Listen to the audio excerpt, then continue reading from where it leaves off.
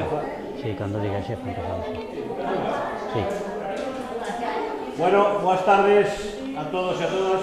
Oye, moitísimas gracias por vir. Decía hoxe a Buenaventura Aparicio que igual non íbamos a ter tanta xente como a última vez que estuvo aquí. É verdad que hoxe hai un poquinho menos, ainda así agradecervos a todos que esteades aquí.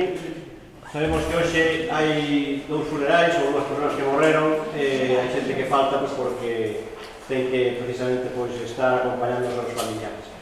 Buenaventura Aparicio xa estuvo aquí en alguna outra ocasión, xa o conocen ustedes, doutor en Historia, é un gran arqueólogo, é todo un persoeiro para o mundo da historia, da arqueoloxía conocido en toda Galicia. É un home que ten publicado moitísimos libros relacionados co estudio do que son os petróglifos e todo o que está relacionado coa prehistoria de Galicia. Foi quizás un deses pioneiros, xunto con persoas relacionadas con o Museo de Pontevedra, que puxeron en valor, recuperaron toda esa arte rupestre que hoxe todos os rapaces estudian e do cual queremos estar todos orgullosos de defender. Buenaventura, temos connosco unha rapaza que fixe un traballo para a universidade sobre o Castro de Peñarredonda. Comentáballe que unha das persoas que fixo un estudio sobre que Castro de Peñarredonda está relacionado contigo, e desde logo, hoxe está aquí, o sea que ao final da conferencia se queres preguntar unha cousa, unha das persoas que máis saben sobre prehistoria en Galicia, sobre os castros, sobre os petróglifos, e Buenaventura Aparicio. Estuve aquí dándonos unha conferencia e hoxe volve porque estuvo facendo un traballo de investigación, porque moitas veces non poñemos en valor as horas e o traballo que fan os historiadores, as persoas que se sumergen nos museos, repasando os libros antigos, esas noticias, para facer un poquinho, orgullo de país, que é construir esa historia, conservala e, sobre todo, transmitila, que é o importante, transmitila ás novas xeracións. Hoxe está aquí para comentarnos un poquinho o resultado dun traballo que fixo de estudio para preparar un libro en principio que fixo de Ponte Caldelas, pero recuperou varias noticias e varias referencias en medios de comunicación, en periódicos, fundamentalmente do siglo XIX, principios do XX, e un poquinho resumen do que vai a pronunciar a conferencia de hoxe. Sin máis, eu só quero agradecerle novamente a Buenaventura que este aquí, e a súa muller, que sempre vai con ele, que é unha peza fundamental, porque ele moitas veces é o que dá a cara, pero tamén o que está traballando por detrás é un equipo, non? É un equipo neste caso, un tándem moi importante. Un forte abrazo para os dos. Moitas gracias.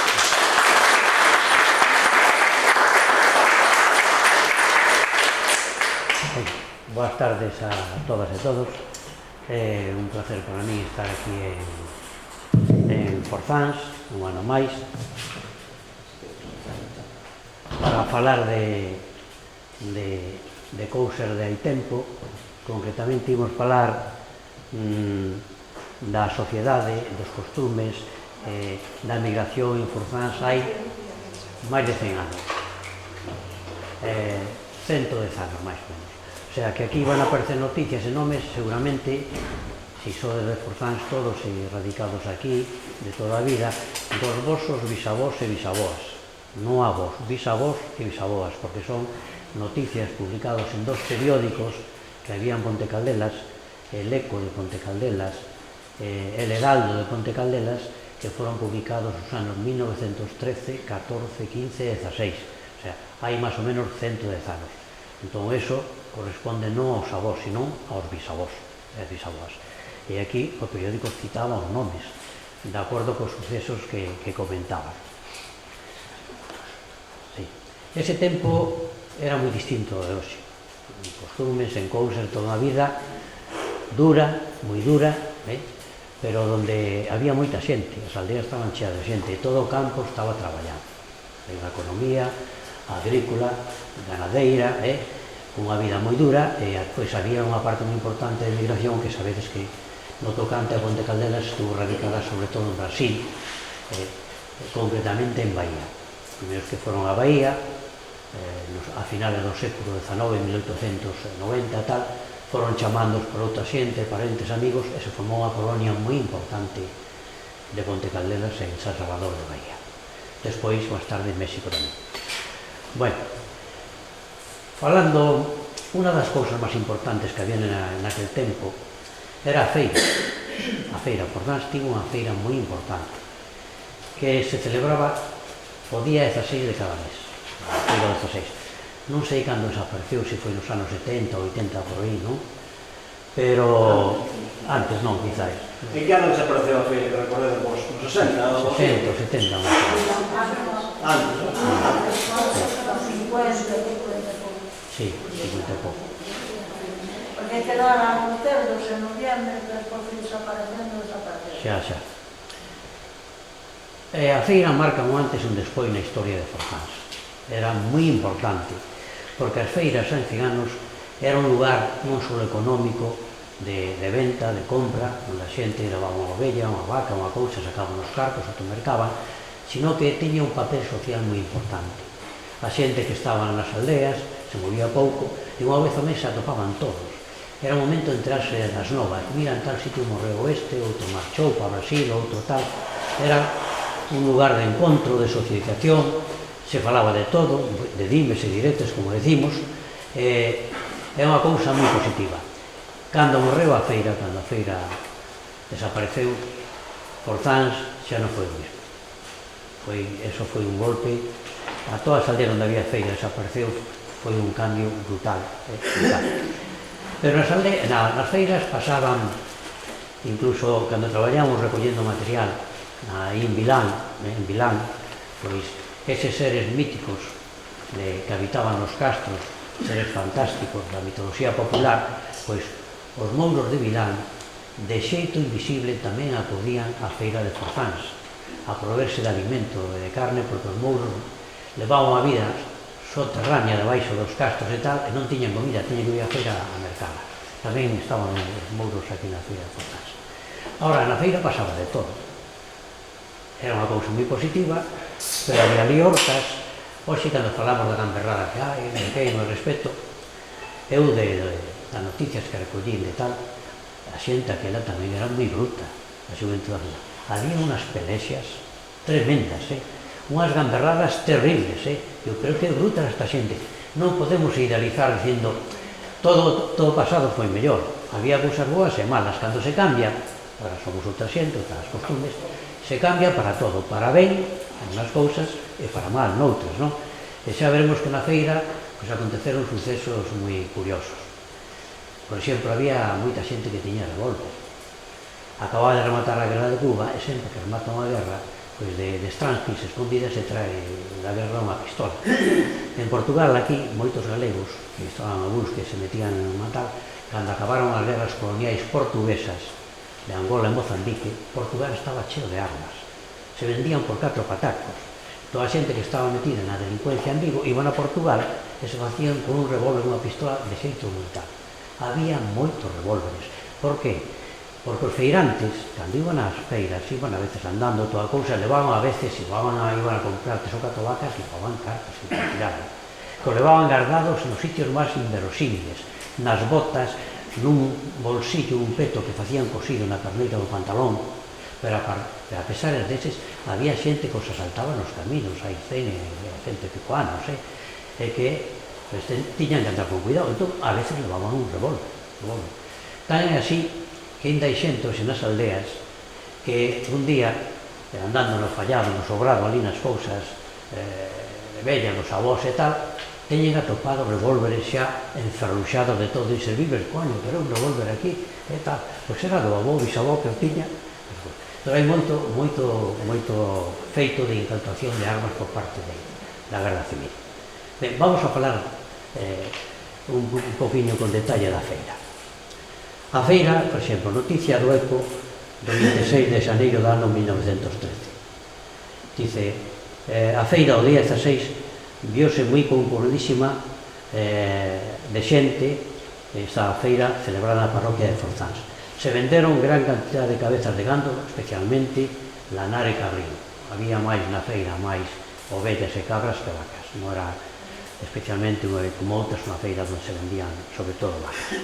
E na feira, como dixe, acontecían sucesos curiosos, chamativos, que recollían os periódicos. Os periódicos que se vendían todo o Concello de Ponte Caldelas, pois recollían noticias a veces que non eran moi importantes, pero que eran curiosas. Por exemplo, dice, Ao regresar da feira para su casa, la vecina de este pueblo, Felicidad Pérez, abuela, pues muy bien, vamos a ver qué te A ver que aconteció lle pasou, Felicidad. a Felicidad Pérez. Foi acometida por un buey que conducía un hombre cuyo nombre ignoramos. La imperfecta, Rosodicha, no sufrió más contusión que un pequeño siete en la blusa que vestía. Cachoulle, o boi co corno, O boi co corno rachou a blusa. Pero, sin embargo, pidió auxilios a Guardia Civil para que el dueño del animal le pagase 10 reales por los daños causados. 10 reales a altura do ano 1914 era unha cantidad, non digo millonaria, pero eran cartos porque... Moi ben, o home negouse a pagarlle os danos da blusa. Por que? Dixo, 10 reais non chos pago porque a chambra, a blusa, é feita de un saco de azucre e por 10 reais eu merco 2 sacos enteiros de azucre. E dice o cronista, cada un tentaba facer o negocio como podía. Bueno, pues mirad isto de noticias de que un boi lle rompe a chambra, a blusa a unha veciña, xa estaba aquí, a boa vosa, non? A boa. Bueno, pois salía no periódico. Vamos a ver, tamén había cartelistas e tamén, aparte de gamberros, había tamén de vez en cando, había de todo, cada un digo o que sea, el que iba a vender a vaca o que iba a ver si pillaba unha carteira, non? Os carteristas. Vamos a ver, no ano el 23 de marzo de 1913, el ECO publica a seguinte noticia. En la feria que tuvo lugar en esta parroquia de Forzanes el 16 actual, dos guapos, de unha maneira de falar, quisieron dársela de matones con un pobre impedido idiota, toda a xente que non estaba ben, a nomeaban con esta palabra tan fea, pois xa non empleamos esas verbas, pero entonces sí, pasaban de eso. Habitante en Verducido, de la parroquia de Verducido, e que vive gracias a las dádivas, a limosnas de personas humanitarias, al cual le destrozaron un saco que contenía las limosnas recibidas durante el día, dándole, por encima de robarle un saco a este pobriño, dándole varios cortes con un cuchillo y una navaja. Pero estos valientes no contaban con la presencia de la Guardia Civil, cuya benemérita fuerza, compuesta del comandante del puesto, en los años 13 y 14 hubo un jefe de puesto en Ponte Caldelas, que era un cabo, no un sargento, el cabo famoso, el Blanco Luján, que se hizo famoso por su eficacia, ¿no? Estuvo bastantes años destinado y fue muy eficaz en la lucha contra este tipo de cosas. Blanco Luján. Y de los guardias, Claro Casquero y Román Muñoz. La mayoría de los guardias de Ponte Caldelas en esta época, 1915, eran de fuera, porque la Guardia Civil, para que no se radicara mucho en un sitio, los movía constantemente. Había una cosa curiosa, en esos años muchos guardias destinados en Ponte Caldelas en el puesto eran de Extremadura, o sea que los movían y aquí estuvieron varios guardias civiles extremeños. Pues bien, estos dos vecinos detuvieron a los gamberros que se llamaban José Pérez Martínez, no eran de aquí, y Camilo Garrido Malvar, que eran vecinos de Tourón y Justanes. En esta época, los así más gamberros estaban radicados en la parroquia de Tourón. Llegamos a hacer el Tourón en esta época, debe haber 3 o 4, de estos que eran de cuidado. Entonces, la Guardia Civil lo ocupó al primero, a José Pérez Martínez, de Tourón, un puñal, y al segundo, a José Pérez, a Camilo Garrido, un cuchillo, siendo denunciados al gobernador civil de la provincia por tener en su poder armas prohibidas, habiéndose impuesto esta autoridad la multa que se hicieron acreedores en su salvajada. También la benemérita redujo en esta feria un revólver al vecino de la parroquia de Fornelos, Manuel José Álvarez, por carecer de licencia para su uso, denunciándolo al señor juez municipal de Ponte Caldelas. Ponte Caldelas era cabeza de partido judicial, hasta os anos 70 ou así. Entón, toda cabeceira do partido judicial tiña un juez e tiña unha prisión do partido judicial, unha prisión preventiva, é dicir, era para cumplir penas de poucos días. Cando era un delito maior, de aquí pasaba ao xulgado de instrucción de Pontevedra xa para cumplir penas xa na carreira de Pontevedra onde podía estar varios anos. Pero en principio pasaban uns días aquí Que na Casa de Cultura. na Casa de Cultura, que falamos despois. Pois ben, ao día seguinte dice a la cárcel, el eco de 30 de marzo de 1913. Estos dous sujetos se declararon insolventes e non tiñan cartos. Entón, cando non podías facer fronte á pena, á multa, se sustituía o pago da multa por estancia na prisión. A estancia na prisión que variaba según a cuantía da multa. Podían ser 20 días, 30, 3 días ou eso. Pois di, o día 28 han ingresado na prisión preventiva desta villa de Ponte Caldelas con el objeto de sufrir 15 días de prisión por insolvencia de la multa que le impuso el gobernador civil de esta provincia a los vecinos de la parroquia de Buchabade, de Turón de Buchabade, y Justanes, José Pérez Martínez y Camilo Garrido Malvar, cuyo arresto fue impuesto por el escándalo que promovieron la última feria de Forzans. Seguimos con la feria. La feria. Vamos a ver, noticias del eco de Ponte Caldelas del 21 de septiembre de 1913. La feria del pasado 16 estuvo bastante concurrida, no siendo obstáculo para ello la lluvia torrencial que ese día caía, verificándose un regular número de transacciones. En ese día ocurrieron algunos infortunios de importancia. Siempre pasaba algo a la feria, siempre.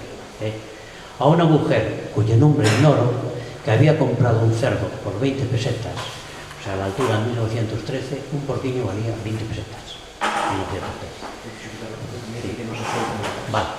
Y que le había puesto dentro de un saco, encima de unas peñas, le han mudado en su corta ausencia del punto el cerdito y el saco, sin que haya sabido hasta ahora de su paradero. También al panadero señor Carvajales, que era un vecino de alguna aldea por aquí, que traía el pan a vender a la feria, un señor le pasó a caballo por encima de la carroza, pasarle a caballo por encima de la carroza del pan, estropeándole unas cuantas piezas. Hace el comentario el periodista, seguramente que yo el caballero que estaba en un concurso olímpico. El comentarista de aquí de Forzans escribía con un seudónimo que era de Abejaruco, para no poner el nombre, ¿no? Bien, vamos. Cando non querían que se conocera a persona que facía as noticias, porque cada vez tenía que nombrar o periodista pois alguna cousa inconveniente e non ter represalias, puñan un nombre ficticio. Neste caso, o de Forzans chamábase Abejaruco. Abejaruco. Ben, vamos así un arma recollida, sí, en este caso un veciño de Forzans. O eco de Ponte Caldelas se publica o 30 de novembro do ano 1913. Dice, en el kilómetro 20 de la carretera a esta villa de Caldelas, la Benemérita, la Guardia Civil, le recogió al joven de 21 años, Manuel Amoedo Vilanova, ¿sí?, vecino de Forzanes, un revólver de 6 tiros sistema Bulldog. Non tiñan pistolas, tiñan revólveres. Se miras as películas de vaqueiros, os vaqueiros non utilizaban pistolas con tambor de 6 tiros. Sistema Bulldog. Por carecer, quitaranlle por carecer la correspondiente licencia para o seu uso. Non fala que lle meteran multa, simplemente se incautaron do revólver. Xa dixen que era moi normal que a xente tuvera armas na casa, porque tamén había asaltos na casa.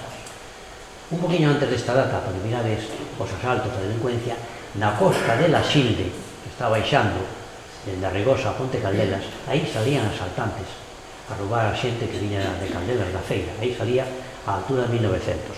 E un poquinho antes, 1840 ou 60, a parroquial de Ponte Caldelas, a de arriba, a parroquial que está ao lado da iglesia de Santa Valla, un párroco moi influente, que nada menos que era capellán de honor da Raíña Isabel II de España, tiña ese título, que lle deu unha orden, unha medalla de Carlos III, que está posta na casa da capela ao lado do bar da Ponte. Mirades que a capela ali ten unha condecoración na fronte, que era a orden de Carlos III. Era deste cura, que era moi influente. Vivindo na parroquial de arriba de Caldelas, os curas, cando eran ricos e poderosos, tiñan na adega cuidada ali da cociña, da lareira, tiña xamóns, tiñan pernís, tiñan terras, tiñan alquiladas xugadas de bois, sabían que ali había cartos e había tal. Entón, sempre, toda a delincuencia galega de finais do 19 era asaltar as casas parroquiais que estaban nas aldeas. Entón, a raíz deso que asaltaron, deixou de vivir na parroquial de Ponte Caldelas e se foi a vivir onde está hoxe a ponte. Se foi a vivir aquí ao lado de Caldelas porque era máis segura. O sea que delincuencia pois había bastante a principios do século. Outro problema que había era a mortalidade. A altura de 1913-14 toda España estaba moi retrasada en medicina en comparación cos países de Europa Occidental, con Francia, con Gran Bretaña, que iban moito máis adelantados. Aquí estábamos máis retrasados. Tende en conta que non había antibióticos. A penicilina, que salvou tantas vidas, é un medicamento antiinfeccioso, empeza a vir nos anos 40. E de contado entra de contrabando. Os podo dicir que na época, por exemplo, dos toureiros da época de Manolete, que morreu nunha cornada, o peligro máis que tiña un toureiro non era a cornada, sino era moi grave, pois era a infección. A ferida se infectaba e non habendo antibiótico, eso daba unha septicemia, unha infección e morrían, non? Entón, cando un toureiro atraían de Portugal ou de Francia de contrabando, como tiñan cartos, os famosos tiñan cartos, salvaban a vida ese xeito, pero a xente non tiña acceso a penicilina. Que morrían sobre todo? Mortalidade infantil. Fixade que a altura de 1900-1913 a media das familias españolas era ter 6 fillos. Non escaseaban as familias de 11-12 fillos. E había poucas familias de mulleres que tuveron 20-21 fillos. Os fillos non había anticonceptivos, e viñan daquele xeito. Pois ben, de unha familia con 6 fillos, o normal é que era, polo mínimo 2 ou 3 falecían nos primeiros 5 anos de vida. Si desto había, que é unha cousa moi interesante, os cemiterios antigos, xa as lápidas están xa esborralladas, é moi difícil, pero ainda se mira os anxeliños, tal, o día de tal, subiu ao ceo, poñía isto, subiu ao ceo, tal, o neno, tal, 13 meses, 2 anos, 3 anos, había moitísima mortalidade. De que morrían os nenos? No inverno, de enfermedades respiratorias.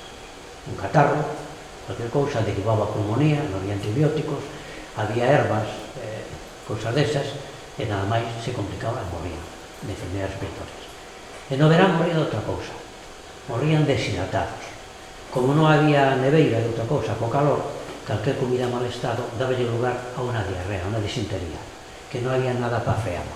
Entón, morrían deshidratados ao verano. O sea que isto era un drama, a morte dos nenos moi pequeninos.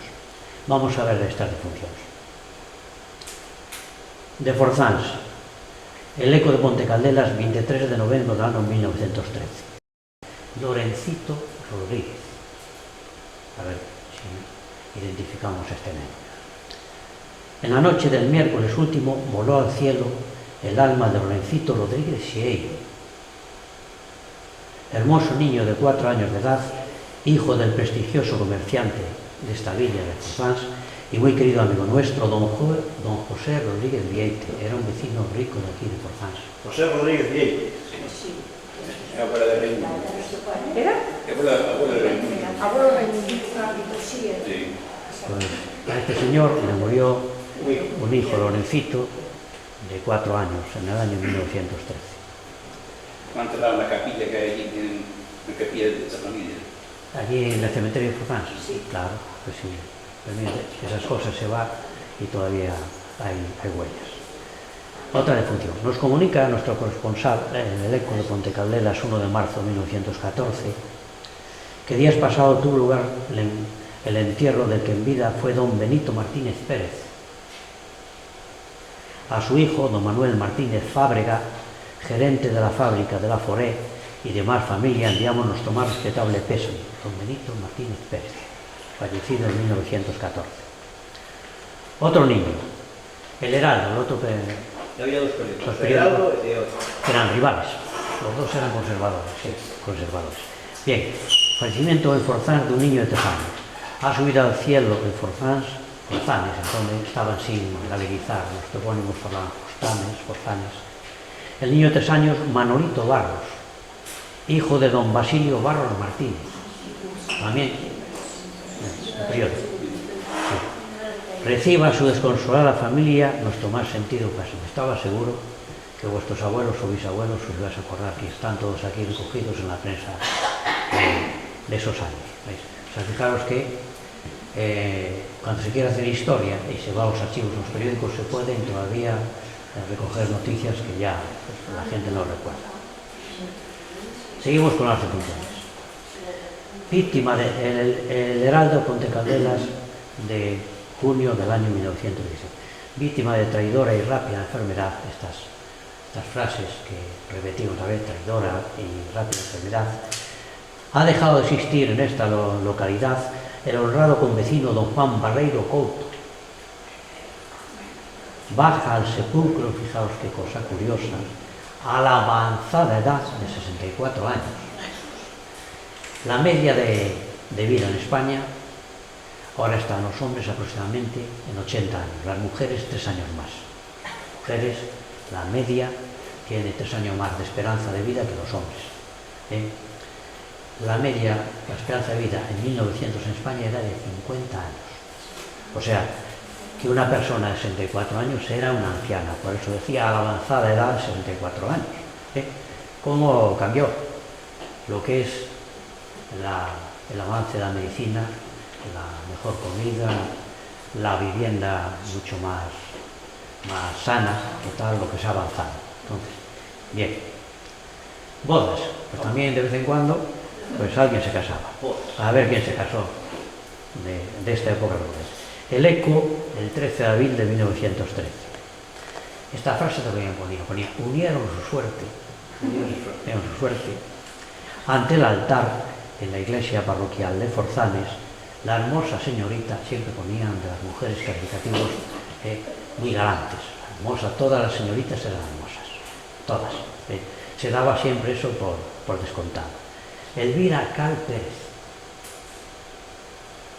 Y el acreditado sastre, por aquí de una parroquia, don Aurelio Galloso Vidal. Todos los sastres eran acreditados también, todos. Una vez terminada la religiosa ceremonia, fueron obsequiados con un espléndido banquete de numerosos invitados a ver esta hermosa señorita Elvira Cal Pérez, si alguien, su abuela... Sonamos Elvira Cal Pérez. Bueno. También la gente con posibles, la gente que tenía dinero, celebraba su santo, más que el cumpleaños celebraban la onomástica, el santo, y normalmente invitaban a los amigos y tal, y después mandaban la nota a la prensa para que pusieran que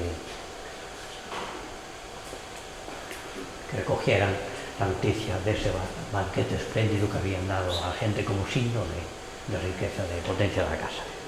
El Eco de Ponte Caldelas, de 22 de junio de 1913.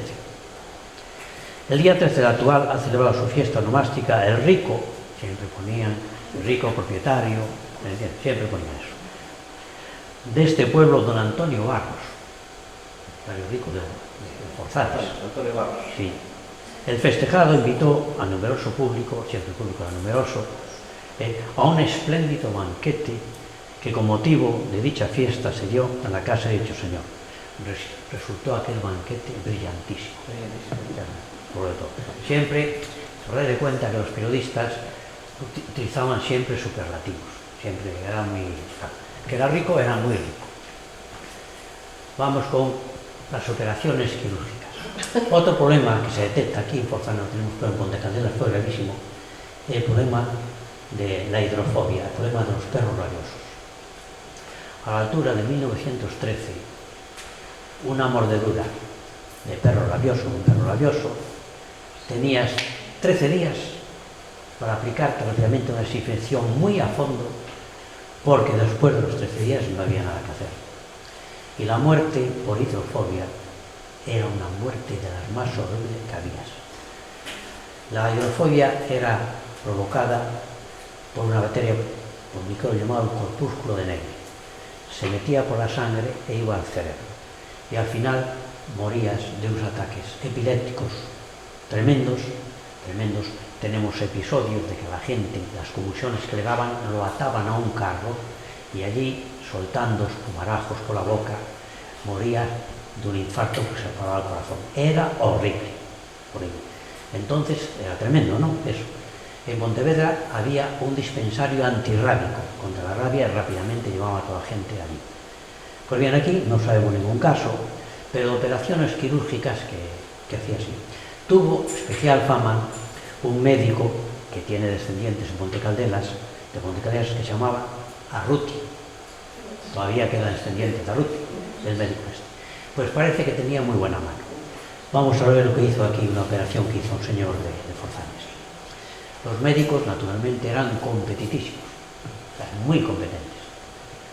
El competentísimo médico el señor Arruti ha practicado en un dedo una difícil operación al señor don Francisco Pérez, de aquí de Forzanes.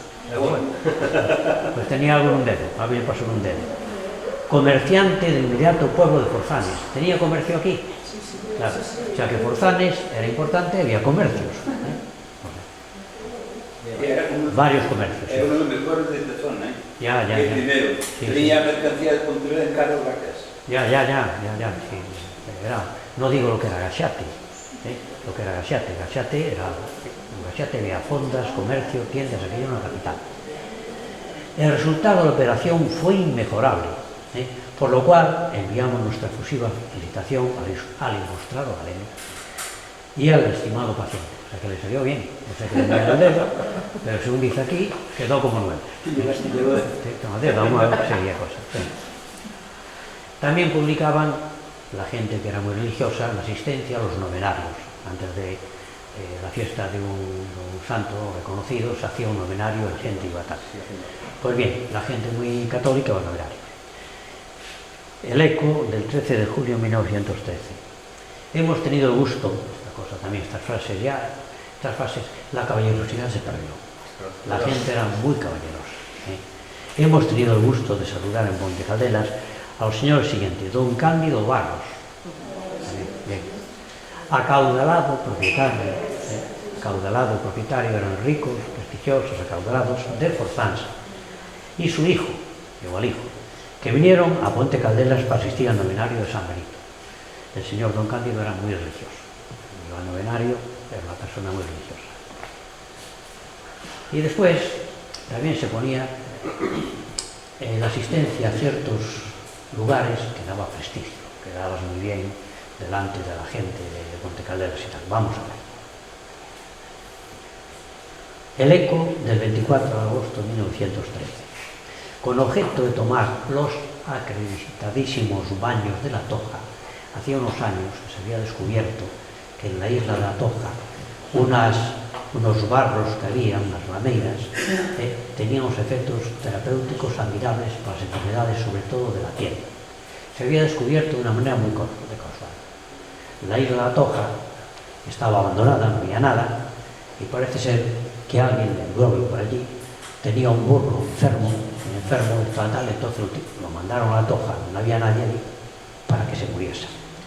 Total, que el burro se reforzó en la queda de la meira y al cabo de varios días volvieron por allí y estaba curado.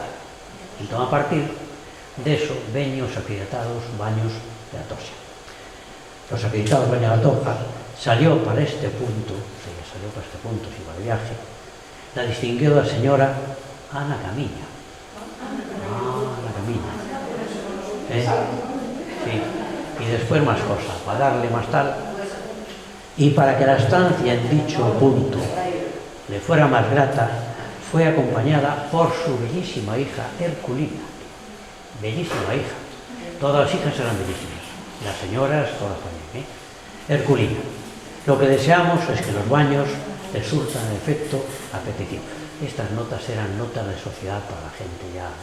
Eso diga, la tosia no estaba al alcance de calquera. O sea que doña Ana Camiña mal de carto no andaba. No andaba. Muy bien. Que había en las aldeas, había clases, había... Y estaban muy marcadas eso, las clases sociales estaban moito máis marcadas que agora. Material pedagógico para el grupo escolar recién inaugurado en Ponte Caldelas. Sabedes que en Ponte Caldelas é el concello, hai dos casas, unha aquí da parroquia e outra onde estaba a Cámara Agraria, non? Bueno, pois tanto o Concello como esas dos casas, o grupo escolar, foron ergueitos a principios do século XX, 1900 real, non? Cando se fixeron o grupo escolar, un de cada árbol de nenos e nenas estaban rigurosamente separados, mestra e mestra, nenos e nenas, non se xuntaron nunca ata a República. A República impuso tres cousas: o matrimonio civil, o divorcio e tamén a coeducación de nenos e nenas. Cando despois a República caeu, deu Franco, inmediatamente separación de nenos e nenas.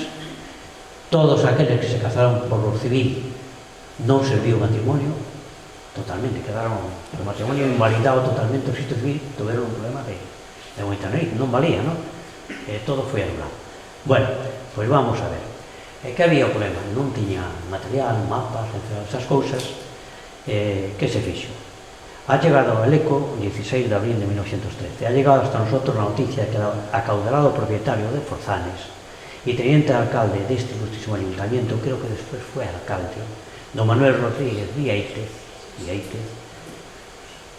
era portador de la suma de 5.000 pesetas. 5.000 pesetas era una cantidad muy considerable a la altura de 1913, recaudado por los hijos de Ponte Caldelas, residentes en Bahía, con destino al material pedagógico para los nuevos locales escuelas. Los emigrantes fixeron unha gran labor pedagóxica, por exemplo, o que está no Pelete, aquela fundación, foi feita por emigrantes. En moitas aldeas de toda Galicia, os grupos escolares foron levantados polos emigrantes que fixeron a labor. Eles se tenon conta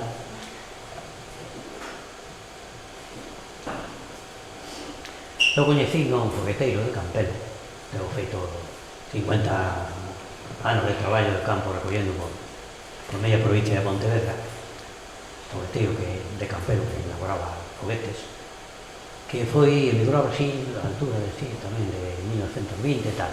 E xa a xente que mal iba, moita iba analfabeta, totalmente analfabeta, tenían o dedo e tal, sin saber ler e escribir. Eso plantexaba un problema moi grave, moi grave. Este home chegou ali a Brasil, de Campelo, xa digo, a Río de Janeiro, e non sabía ni moverse polo mundo.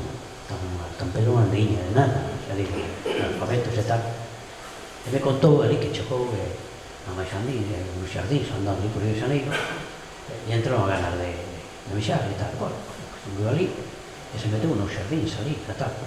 E un garda, equivalente a un garda municipal, xa le chamou a afecto, pero usted que está facendo tal, e xa se deu conta que nos xardín non se podía mexar, nas alturas, que había que comportarse de outra maneira. Iso quere dicir como foi a xente da migración. Por eso, esta xente foi moi consciente que Galicia necesitaba de escolas, para que os futuros emigrantes non se desen a cousa sin saber ler e escribir e andar poniendo o dedo, ese tipo de cousas. E por eso mandaron tanto dinheiro para as escolas, que nosos fillos e nosos netos non teñan que ir analfabetos por o mundo. Eso foi fundamental. Por eso a emigración se volcou en eso. Hai libros moi bons recollidos, un amigo que é catedrático de Andalucía, que fixo un traballo de todas estas fundacións dos galegos que estuveron no estranxeiro. E despois había os emigrantes. Xa digo, estaban en Bahías, pero algúns, por exemplo, hai un caso aquí de xente dentro de Brasil casi un continente, un país inmenso, inmensamente rico, inmensamente cheo de cousas, de contrastes. En Brasil hai todo bo, todo malo, é un dos países máis ricos do mundo. Pero tivo unha vida moi axitada políticamente, non? Pois había xente, a un estado era moi duro, por exemplo, o estado máis duro era o estado do Amazonas, xa o nome indica, un estado de selva, totalmente, cunha capital que se chamaba Manaus, pois aquí alguén estuvo en Manaus. Este estado de Amazonas, en Manaus, sobre todo no interior, estaba tan lonxe do goberno central en Río de Janeiro, despois en Brasilia, que non había autoridade ninguna. Os podo dicir que a altura de 1950 había esclavitude, se compraban homes e mulleres no estado de Amazonas. Se podía, acontecían todo tipo de abusos, a altura de hai pouco máis de 50 anos. O sea que era moi duro o que chegou para Manaos. E o clima era moi malo, era moi insalubre. Noticia de Leco do 20 de 7 de 1913. Regresou de Manaos, Brasil, con objeto de reponerse de su mal estado de saúde el vecino de este pueblo, don Manuel López. Regresou enfermo para forzarse a ver se aquí repoñía a súa saúde. Celebramos a súa venida, pero lamentamos que sea por esta circunstancia, don Manuel López. A López hai máis, non sei se era parente de algún de vos. Era abuelo de los efectivamente. Bueno, pues non sei se despois se curou aquí, se recuperou por nós, co aire da terriña, que é moito máis saludable que o de Manaos. Outro costume que había, que agora xa está moi perseguido, pero ainda por aí algún tipo de formal anda facendo este tipo de cousas. El Eco, 31 de agosto de 1913. Desde Forzans. Animales dañinos. El alcalde de barrio, y algunos vecinos más me ruegan haga saber desde estas columnas del Eco al resto de los vecinos de esta parroquia de Forzans que con objeto de impedir y destruir los animales dañinos que comen el maíz y otras cosechas se han puesto en varios puntos, la parroquia toda, trampas y elementos venenosos, lo que se proviene a fin de que tengan cuidado con los perros y otros animales domésticos. Bien, lo que se ponía, y se ponía hasta hace poco, y por ahí algún malnacido todo hace, era un veneno que se llamaba estrimina. Ese veneno era fatal, pero después se descubrió, cuando la gente fue sabiendo más cosas, que tenía un efecto en cadena que era verdaderamente lamentable y peligrosísimo, que era lo siguiente. Un animal, podía ser un lobo, un raposo, podía ser un corvo, tomaba la estrimina, se moría, pero a su vez ese animal era comido después por un perro, por otro, por un lobo, tal. Y era tan potente ese veneno que esa cadena de unos animales que comían a otros era tan potente que circulaba la cadena durante mucho tiempo. Entonces causaba daño a animales domésticos, toda cosa, y hoy está tremendamente prohibido, y el que utilice veneno para caza y cosas de esas, como lo coja la Guardia Civil, le mete una multa, pero muy grande. Eso está totalmente... Ya sabéis que eso se hacía antes. Pues eso, antes era legal. Era legal. Eu de mi pobo nací na Ribera del Duero, e con 5 anos para aquí, para Galicia, e se me quedou unha imaxe, fixade que costumes había antes, como cambiou todo, non? Cambiou todo. A altura dos anos 50, as rapinas, as animales rapaces, España era un paraíso de animales rapaces. Situados entre Europa e África, temos toda a fauna de África, toda a fauna europea. Somos o país coa fauna máis rica de toda Europa. Ben, pois había tantos milleiros de rapaces. O sea, cando había inverno, os buitres se miraban por milleiros, pois están protegidos, e non hai comida, e lle ten que alimentar cos restos do matadoiro, vai os servicios de medio ambiente, e onde hai colonias de buitres, chegan unha vez a semana, un jeep, con os restos de matadoiro, os alimentan porque non teñen comida. Ben, pois había tantos que os concellos, como de vez en cando entraban nun galiñeiro as rapinas,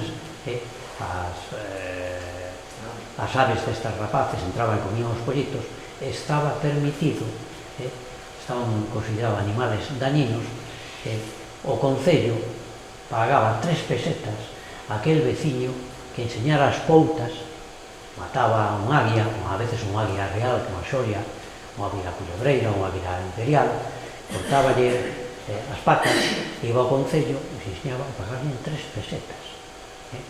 Por eso, eran animales que facían moito dano. A altura do ano 1950. O sea, fixados como cambiou, pois están protegidos totalmente.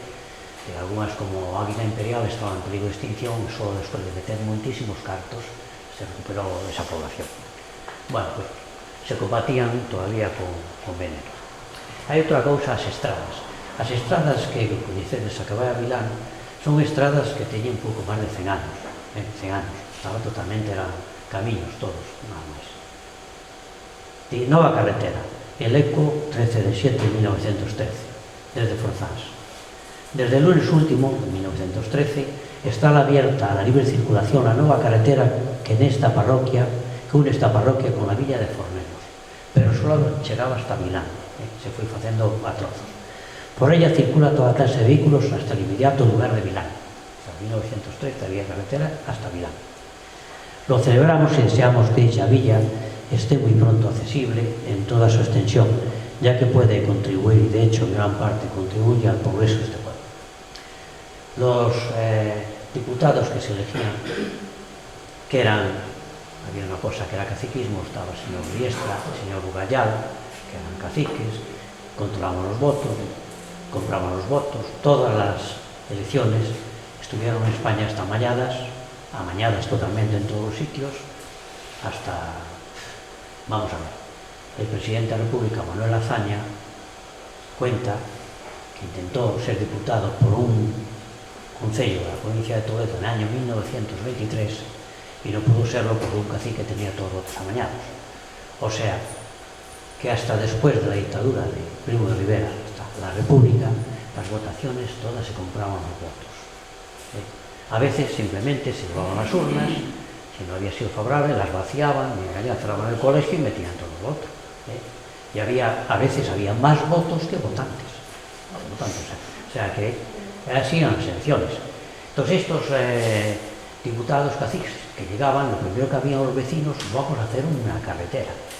Que se hacía, no se hacía, se tardaba, se hacía 1 kilómetro, se hacía 2 kilómetros. Lo que prometían siempre eran carreteras. Y todo lo que se hizo fue, en Pontevedra, entre 1900 y 1920, las primeras carreteras. Bien. ¿Qué pasó? Pues que arreglando esa carretera se reforzó un poco a Ponte de Milán, que está aí, pero non se reforzou ben. Esa ponte se caeu. O sea que vamos a ver como se caeu, que puta unha desgracia tremenda. El Eco, 28 de setembro de 1913. Ponte que se hunde. Ayer estuvo a punto de ocurrir un grave accidente en este municipio. Con motivo de practicar un minucioso reconocimiento en el pueblo de Milán, que se utilizaba, en el puente de Milán, que se utilizaba para la carretera del Estado, que de esta villa va a Forzanes, entonces eran carreteras del Estado. Se hallaban trabajando en el mismo varios operarios del contratista señor Cachafeiro, un contratista famoso. Este señor es conocido porque haciendo una carretera en la zona de Silleda encontró el mayor torques de oro de la época de los Castros que está en el Museo de Pontevedra, el señor Cachafeiro. Estaban trabajando precisamente en el momento en que se empezaba a derrumbar el puente y gracias a haberse dado cuenta con antelación de las pocas seguridades que ofrecía dicho puente, no han sido arrastrados y sepultados con los escombros una docena de hombres. El puente de 15 metros de altura sobre el río Porto Milán se derrumbó por completo, quedando este pueblo incomunicado por aquella parte con los distritos de La Lama y de Puente Calderas. Un ingeniero que acababa de pasar por allí, ingeniero de públicas, que era el abuelo de Pacho, José Carlos Pascual, un amigo mío de Puente Calderas, cuando padeció el derrumbamiento, acababan precisamente de pasar por aquel lugar el jefe de obras públicas, señor Trapote, y el ingeniero señor Pascual, que habían venido precisamente a reconocer el puente porque veían que estaba en mal estado, y se salvaron por los pelos. Gracias a Dios no pasó nada. Bueno, vamos con las fiestas, que también había fiestas en Forzans.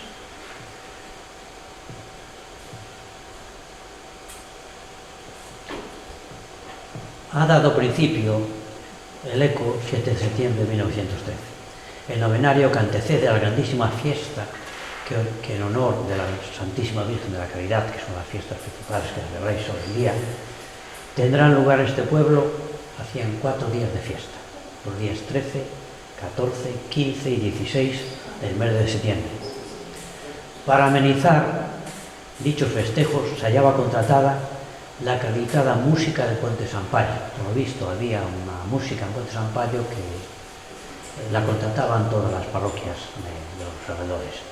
Y quizá hasta otra, de momento anónima, con varias gaitas del país. Habrá varios juegos de sport, competiciones deportivas y tal. Entonces no se hablaba de deporte, se hablaba con la palabra inglesa sport. De ahí viene el Sporting de Gijón, etc. Por varias iniciativas e se quemara un variado fuego del acreditadísimo Don Prudencio. Había un fogueteiro por aí que se chamaba Don Prudencio, que non sei, se os suena tamén, coño, tamén suena Don Prudencio. Pois bueno, pues isto en 1913. Bueno, e los carnavais eran uns carnavais con moita máis zona que os de agora. Xa vin ali unha cousa de carnavais e tal, pero xa veredes o que había aquí nos carnavais a altura el Heraldo, abril de 1916. Los carnavales en Forzás, con inusitado esplendor e animación. Estas frases eran, pero sabían escribir moi ben, Oxe, estos rapaces non son esos inusitados, vas a esto de bacharelato, despois dice inusitado, non saben o que é. Non, digo, verdad, que foi un profesor 40 anos, non lle fales desto, Sí. De esplendor e animación, se han celebrado las fiestas de carnaval en esta localidad, en Forzanes. La juventud deste pueblo, que había moita xuventude, había moito neno e moita xuventude, por eso había alegría no pueblo. Riqueza non había moita, se pasaba canutas, pero xuventude había. Moi ben. Han rendido un ferviente culto a Dios Momo. Estos eran tipos cultos periodistas, falaban o Dios, o Deus do carnaval, o rei Momo. Con organizadas comparsas, vistosas carrozas, desfilaban carrozas, e animadísimos bailes, Corrantes carrozas. Nada, bueno. Cachendez. Había unha sociedade, la sociedad da feria, había unha sociedade na feria. ¿Os recordades? Non sei hasta cando existiu eso. La feria y la aldea estaban enfrentadas en la fiesta de carnavales. Sí. Había peleas y había carrozas que se hacían. Algunas que hacían mejor. La pasada de la aldea y arriba la feria. Claro, muy bien. La sociedad de la feria ha quedado a gran altura, y sus atavíos, sus disfraces y vistosos trajes, bueno, llamaron la atención. Las dos carrozas que dicha sociedad presentó eran admiradas por la inmensa concurrencia de este pueblo y de las parroquias limítrofes que se han congregado aquí, no solo por su ornamentación, sí que también por el acento alegre y bullanguero de los elementos que la componían. O sea, que habían de frente a la sociedad de la feria que llevaba dos carrozas, en esa otra sociedad que rivalizaba, tamén alemán. Canto deixaron de desfilar as carrozas? En 40 ya no, en 40, 45 ya no. Pues xa. Bueno, pois, había moito. Xa de vos como estas cosas son curiosas, como a xente, en medio das fatigas e das calamidades que había, xente que morría, había xente que aparte de comer, pois pasaba, non todo o mundo, pois ponía, había xente que o pasaba moi mal, toda a cousa, pero cando había festa a xente procuraba vivir, e os nenos, en medio das súas carencias, sempre eran leidos porque, eu recordo o neno tamén, que en un momento do tempo había moitas cousas, pero sempre xogábamos. Nos anos 50 todavía, España pasou moi mal, hubo racionamento hasta que os Estados Unidos puso aquí as bases, nos recoñeceu, abriu a cousa, empezou a mandar leite en polvo, queixo ás escolas, as escolas non españoles mandaban aos americanos leite en polvo e tal, e se pudo remediar un poquinho a fame, pero hasta o ano 56 estuvo racionamentos, a veces un kilo de azúcar, un litro de aceite e tal, funcionaba o extraperlo, funcionaba a xente que traficaba, o sea que hasta prácticamente os anos 60 este país o pasou canutas, unha tradición, o sea, a historia que falaba que a xente, eu fixen traballo de campo cos vellos, cheguei por toda parte de Albarracín, por aí, para facer unha tese doctoral estas cousas, e te falaban tres cousas, nos pobres de Teruel, nos pobres de Cuenca, nos pobres de Galicia, nos pobres mariñeiros, decía, había tres cousas, fame, piollos e frío. Tres cousas, Y el año peor fue en 44. 44. En 44 había hambre y miseria. Sí. Os vellos falanche da miseria total. O sea, que este país os rapaces non saben nada. Destas cousas conviña que un poquinho saber que non sempre foi todo anotado, que houve unha historia de que este país pasou canutas, que era eso, falaban todo fame, piollos, frío, enfermidades, as casas que non meteron desastre, e toda a cousa. E xe digo, se esqueceu todo isto, pero estaba recollido, e te falaba, é igual. O sea, en toda España, para os que falaban, te falaban da fame, do frío, da cousa, e do canutas que o pasaron. Na España interior, os invernos eran tan fríos, por exemplo, en Teruel, había invernos, o sea, o inverno duraba 4 meses, nevaba 2 ou 3 meses, chegaban a ter 24 grados baixo cero. Cando chegaba o inverno, os maiores de 60 anos morrían como moscas. Non había vellos maiores de 60 anos. Eu que nací, xa digo, na Ribeira do Duero, non coñecía ningún avó. Morreron todos antes dos 60 anos. Eu, como mestre, cando cheguei a Galicia, unhas cousas que me gustaba ir era facer estudios demográficos.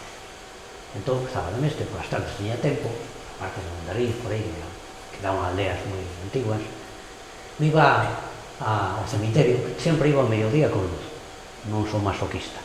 Os cementerios a mediodía con luz son lugares de paz, tranquilidade, donde non hai ninguén que molesta, está cheo de paxariños que cantan. Como non hai ninguén e tal, entón iba a ver as lápidas e non tiña nada que ver a mortalidade de Galicia coa de Castela, coa de Aragón, coas zonas esas de invernos tan fríos. Eu miraba que nos anos da fame, despois da guerra, do racionamento, había moita xente, sobre todo mulleres, morta no ano 44, 80 tantos anos de idade. Ali, eso na meseta era inconcebible. O sea, o clima era moito máis suave.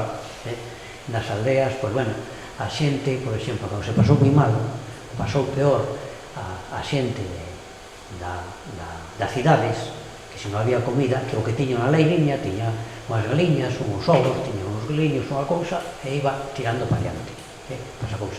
Pero, por exemplo, os traballadores das cidades, con soldos miserables, que tiñan que comprar a comida, esa xente pasou moi mal. E xa digo, o clima noso é un clima suave. Parte da montaña tamén xa digo, non é o mesmo clima de Lugo que o clima de aquí, tamén o clima da montaña, fora xa máis os invernos para nada. Decía outro día unha persoa que Lugo, a maneira de Lugo, que nevaba non sei cantas veces ao ano, e tiñan hai 40-50 anos, en Lugo xa non neva. En Teruel neva un pouquiño e tal, e teñen 5 grados baixo cero. O sea que o clima cambiou totalmente, xa era un clima moito máis cálido, non? Nese sentido, pois non, a xente non pasa tanta cousa. Non sei que estábamos. Ben, xa digo que estas cousas. Bueno, vamos a falar ahora, vamos a poñer na miseria destas cousas. Xa digo, convén ter memoria destas cousas, porque a historia se repite a veces, dá moitas voltas, o mundo hoxe en día non aprendemos e non está para botar foguetes, en día xa veces aí, quen me iba a decir a mí que en Europa, que todos os continentes teñen dereito a vivir e toda a cousa, pero Europa o temos o continente máis civilizado do mundo. Nós temos a enorme fortuna, o sea, hai 200 e pico países do mundo. Estamos, España tamén, estamos na Europa occidental. Dentro de Europa non é mesmo a Europa do leste que a Europa occidental. A Europa occidental, que empeza xa en España, Portugal, Francia, Holanda, Bélxica, Holanda, Alemania, os países nórdicos, toda esa cousa, somos a zona do mundo con máis nivel cultural e con máis nivel económico. Pode que haxa países máis ricos, pero en canto a respecto, educación, democracia, dereitos reconocidos a outras persoas, é a zona do mundo mellor. O sea, temos o privilexio de estar entre os 20 países con mellor calidade de vida do mundo. Que nos iba a decir que en Europa, na parte oriental, iba a haber unha guerra como a de Ucraína, para hoxe en pleno Europa, que eso nos podía afectar a todos, porque sabedes que Ucraína é o graneiro do mundo, o principal produtor de trigo do mundo, suministra trigo a medio mundo, e despois Rusia, o segundo produtor, e o terceiro Argentina. Entonces, o de Ucraína, eso fixo que o pan se puxera por as nubes, e a fariña, non está cerca de arreglarse ese follón por aí, pois que Nos, cidadáns do século XXI, moi educados tal, que andemos todavía sin ser capaz de evitar conflitos dese tipo, con países que teñen armas nucleares, bombas de hidróxeno e todas as cousas, quere dicir que, entre outras cousas, a humanidade queda moito treito por andar. Moito treito, non? O sea, eu ollo que o que vai vir, se non nos facemos todos moi razonables, non vai ser nada fácil. Temos que cambiar o noso sistema de vida, moi derrochador, moi contaminante, eso se achegou a un límite, porque xa o planeta dixo hasta aquí chegamos, xa está avisando de que este sitio de contaminar, queimar, destruir selvas, cambiar toda a cousa, xa está dito que non podemos facer eso. Hai que facer unha tecnoloxía, axudar a todos os países, os ricos e os pobres, para que o planeta teñemos que vivir de outro xeito, e nosos fillos vai a tocar. Bueno, vamos a ver...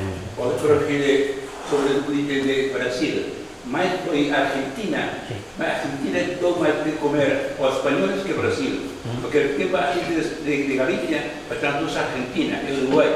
E de Argentina viñan barcos cargados de trigo para comer a xente aquí e roupa. Mandaban roupa para vestir e mandaban trigo para comer en Galicia. Eso foi o general Perón. E despois Evita Perón veio aquí e recibiu Franco con todos os honores porque matou o trigo para que a xente non morrera de fame. Perón, sempre. Cando chegou Evita, a muller de Perón, en España en anos 50, fixo unha viaxe por toda España e foi recibida por todas as cidades, había toda a xente a recibirla como a salvadora de España. Se deu un baño de multitud de Evita Perón. Bueno, vamos a ver unhas cousas curiosas neste vídeo, que xa rematamos. Espera que isto se meteu por aquí. Aquí, mételo en el fíjate. Está feito de... Vamos. Xa pasa. Vamos a ir a Ponte Caldelas, pero son cosas curiosas de a paisaxe, como estaba todo isto.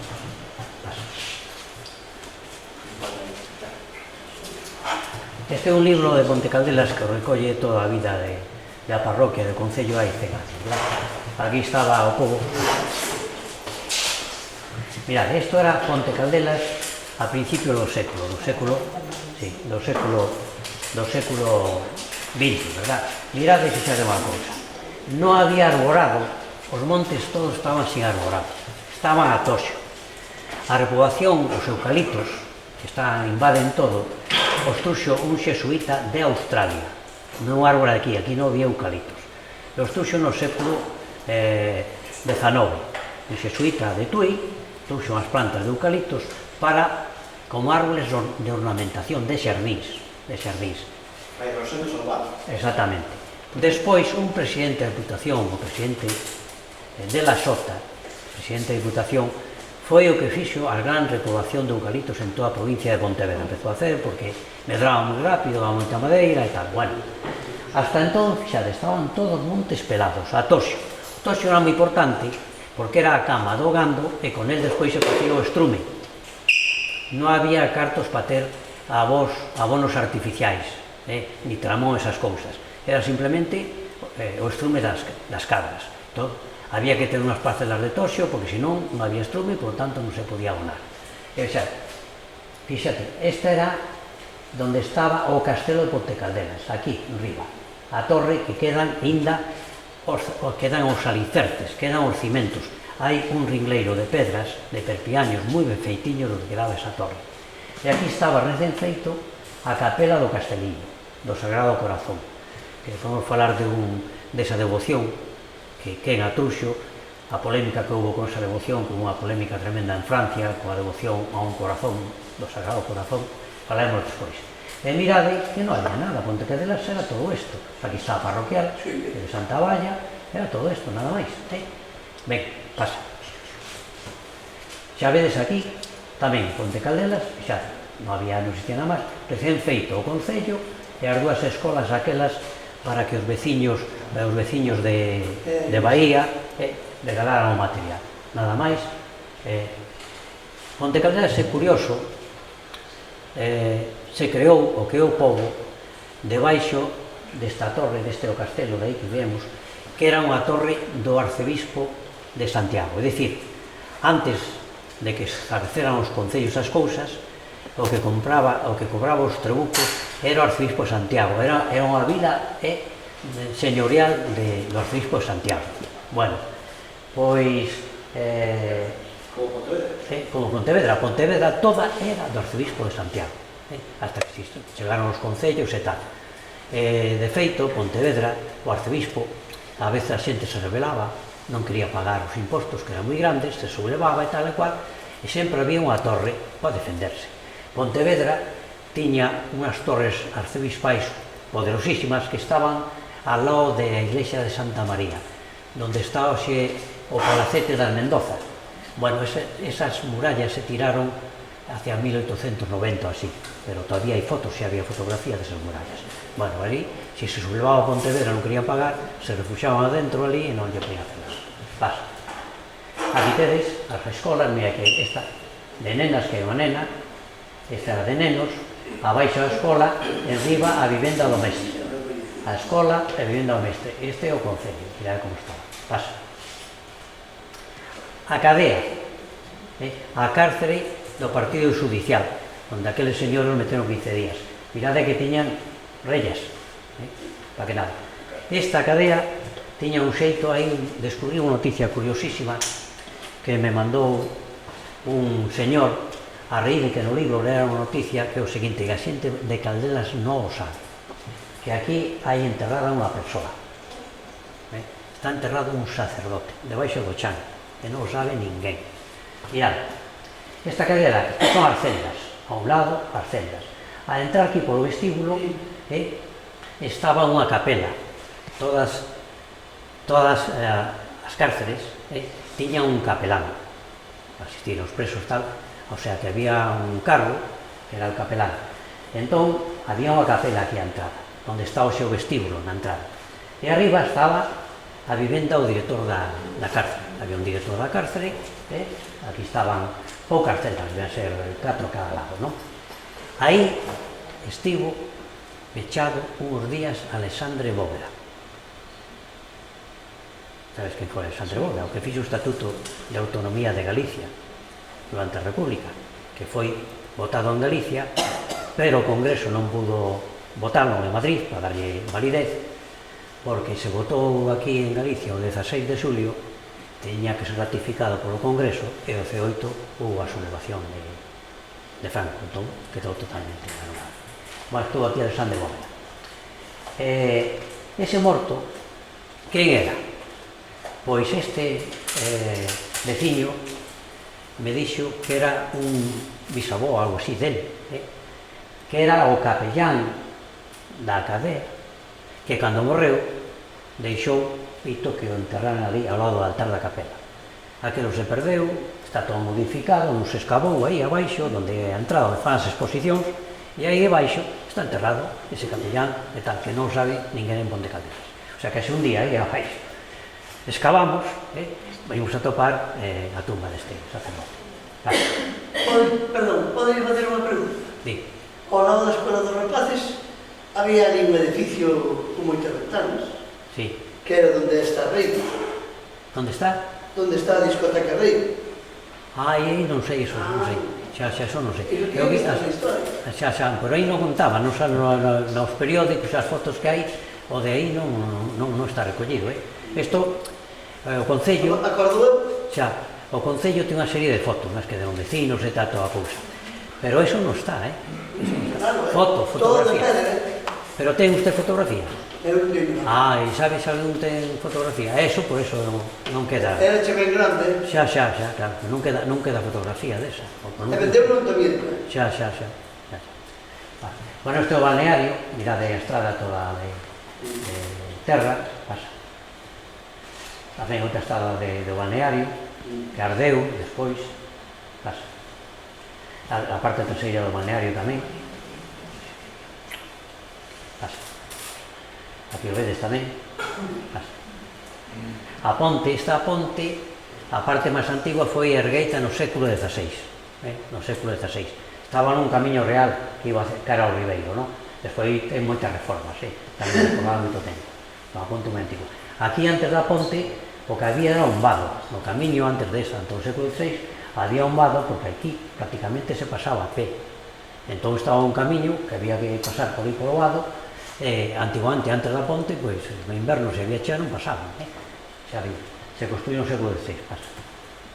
Mirad, rapaces, a altura de 1900, que era a baixada da estrada cara a ponte, mirade. Esta casa onde está a froitería todavía existe, mirad, con este balcón, todo isto o tiraron, a plazuela esta da ponte, todo está aí, e bueno, todo, e nenas xogando, mirade como era a terra, era de terra todavía estrada, teña as feiras de lousas e nada máis, casi. Esta era a feira onde hoxe, a Plaza de España, reformada, a feira, aquí está a capela de Virxe, a Virxe de Dolores, a capela, e aquí se facía a feira, era unha carballeira toda, pasa. Había isto tamén, o coche de liña, que pasaba, había un surtidor daqueles darlle coa bomba, aquí estuvo a farmacia moito tempo, aínda se conservan bastante casas, destas. Surtidor pequeñado, surtidor. Non era aquí, non era de esa. Era Cortés, non era Cortés? Surtidor de gasolina. Era non era Cortés? Pasa. A fonte moi renombrado, que era onde se surtía a vecindade de auga, pasa. Aquí o coche outra vez, o mismo coche liña, mirad, iba xente tamén o pescante, o billete máis caro aquí, e outros que iban por diante e pagaban menos. O aí, cando chovía se mollaba. Esta casa, a Plaza de Cotobade, e esta casa se conserva, estas dos casas eran as casas mellores, máis potentes. Unha delas me pasa que era Rodríguez Vieites, que foi alcalde aquí de Forzanes, unha delas de por aquí destas. Bueno, arborado, así. Esta é a casa destas azulexos verdes que se conserva todavía, moi ben. E, fixadevos, o traballo do campo, seguramente, estas terras debían ser da rectoral. Aquí está a iglesia, a rectoral, o castelo, e a xente traballando todos xuntos aquí. Pois seguramente aquí atoparían varios obxectos, a veces de ferro, procedentes do castelo, porque pola parte de atrás da iglesia, aquí unhas fincas, me dixo unha veciña que a súa avoa ao cavar atopou ferruxes de instrumentos medievais de xente do castelo. No Museo de Pontevedra hai dos pinxantes, dos colgantes de adornos de cabalos, de cabaleiros medievais que subían por aquí, polo camiño por aí, cara ao castelo ese. Entón por aquí seguramente se atopaban ao cavar cousas desas, pero non. Terá a xente nas casas e non, se perdeu todo. Pasa. Este é o libro que fixemos dos petróglifos de Ponte Calelas, pasa. A festa, cando se fixa a festa de arte rupestre, pasa. Bueno, hai 4 días un arqueólogo venezolano que vive cerca de Goián, cerca da fronteira de Portugal, que é venezolano, que tiña negocios, tiña diñeiro, e este percorreu todo o mundo. Coñece os petróglifos en Xapón, hai nos moi parecidos aos nosos, sobre todo en Perú, en Venezuela, círculos concéntricos e todo acá. Pois este home, hai 4 días, foi a Tourón, e colgou, eu xa non quero ver, a última vez xa hai 2 anos, e ainda estaban mal, tapados, todo abandonados e toda cousa desas, pero xa non se ve nada. Sí, pero non ten unha subvención da Xunta de Galicia. Para limpiarlo, non? Bueno, pero xa de momento non se ve nada, todo estragado, son monumentos nacionais, como a Catedral de Santiago, todos abandonados. Fixadevos con o que había aí, os mellores grabados do pestre de Europa. Estas son as esculturas de aceiro porcén que hai ali no parque, pasa. Mirade, petroglifo circular, pasa. Aquí vedes uns cervos, nas pedras, mirad como estaban limpiñas, só se non se ven, está todo coberto de matos, non se ve nada. Aquí vedes unha escena de doma dun cabalo, este é un cabalo, aquí un hombre diante, ten unha corda, unha escena de doma dun cabalo. Isto teñen 4.000 anos, 2.000 anos antes de Xesucristo, 4.000 anos de antigüedade, feitos por homes prehistóricos. Aquí vedes tamén outro cabalo, outro cabaliño. Aquí vedes un cervo, corna, que leva ali arriba un círculo, un símbolo solar, outro arrastrado aquí nos cuartos traseiros. Entón o bosque galego estaba cheo de cervos, porque había frondosas, había árboles de folla caducifolia e aí está, para con os eucaliptos aí pouca comida por entera. Mirad aquí outro cervo, outro, este símbolo solar que está aquí arriba, este é un dos petróleos máis importantes de toda Europa, dos mellores. Aquí vedes outra figura que única tamén esta figura, está nos libros de prehistoria dos suecos, dos franceses, dos alemáns, todos a xente que estudia a prehistoria antigua, a arte rupestre, de todos os países europeos coñecen este petróleo de Tourón, que ahora está abandonado totalmente. Aquí vedes unha escena de caza, verdad? Aquí, mirad, un home, unha figura, leva un arco e unha flecha, mira as pernas, os brazos, está cazando cerdos. A este xa lle chimpou dos flechas, mira, unha e outra. Todos chega e escapan, todos os cerdos. Cazaban os cervos machos, os grandes cola corna, que tiñan moito valor, tamén simbólico. A corna é un símbolo do nacemento. O cervo todos os anos perde a corna a chegar ao mes de abril. Por un proceso, deixa de circular a sangue, a corna, a asta, queda seca, ele xa ve que está morta, entón, cando ve que está morta, colle, pasa perto dun árbol, pégase un golpe seco e se desprende toda a corna. Eu no parque de Cabárceno, de Santander, que se non fuches a mirarlo é unha maravilla, o mellor parque de toda Europa. De osos, verdad, de osos hai 50 ou 60 osos ali. Pois ali estaba todo cheo as cornas tiradas dos cervos, que en el mes de abril pegan a estar. Despois no verán empreza a medrarle, e a altura de setembro, de mediados, xa ten a corna preparada para facer as loitas, os enfrentamentos na época da brava, sabes que loitan os cervos uns con outros para quedarse coas femias. Bueno, pois aquí, mirade, todos cervos machos, grandes cornas, están correndo, mirade, escapando do cazador. Eso é unha obra magistral. Aqueles tipos sin ir a escola, ni ir a escola de canteiros, sin enseñarle a ninguén, os tipos ali, con unha pedriña, a veces con pedras, con lascas e tal, eran capaces de facer eso. Bueno, pues entón se facían nos momentos vos, se iban escolas de Pontevedra, viñan xente da Coruña a ver a Tourón, visitala, xente de Pontevedra, se facían festas de exaltación de arte rupestre, aquelo iba moitísima xente. Desa festa que se fixen unha romaría, onde había comida, bebida, despois visitas aos petrólicos. Aquí están os gaiteiros. Algúns están por aquí presentes. Xa. Sí, que foron as expulsións de los demostrados que foron a ela. Lola, Columba, e algún máis por aí. Despois, cando se facía unha visita, sempre se facía un pouco de música e unha merenda. Os veciños, se levaban os veciños de Cuñas, ou do outro lado, fixemos moitas excursións, se facía ali ao final de visitar, había un pouco de música e se tomaba ali piscolabis, alguna cosa. Esta é unha visita moi importante. Está aquí 2 cursos enteiros da Facultade de Bellas Artes de Pontevedra, co catedrático señor Chavete, que vive en Vilaxán, que está xubilado. Todos foron a ver os petróglifos, porque en aquel tempo era moi interesante que os futuros estudiantes de Bellas Artes, é dicir, pintores, escultores, etc., estudiaran esa arte porque era unha arte moi importante. O sea, que viña xente, veu unha excursión de pintores de Coruña, arquitectos e periodistas, a ver eses petróglifos. Viña xente, viñan unhas xornadas internacionais de antropoloxía, que estaban doctores e catedráticos de toda España, viñeron a Tourón 2 veces. O sea, que Tourón era algo moi importante. Hoxe está todo morto, abandonado, porque non lle interesa. Pasa. Libros sobre Tourón, están distribuídos por Galicia. A Pedra do Cervo, que se limpiou, mirad, este cervo é un dos 3 maiores cervos representados de Petra en Galicia. Mirad a corna toda, tamén ten unha lanza clavada aquí dun cazador, vamos a verlo despois como estaba representado. Pasa. Ese cervo, para recuperarlo, a Xunta gastou 20.000 euros en facer unha recuperación, unha restauración, unha limpeza modélica, exemplar. Viñeron restauradores con unha especialidade para limpiar as pedras con uns pinceliños, unhas cousas, sen usar instrumentos metálicos que as dañen, para non arrancar ni un gran de area.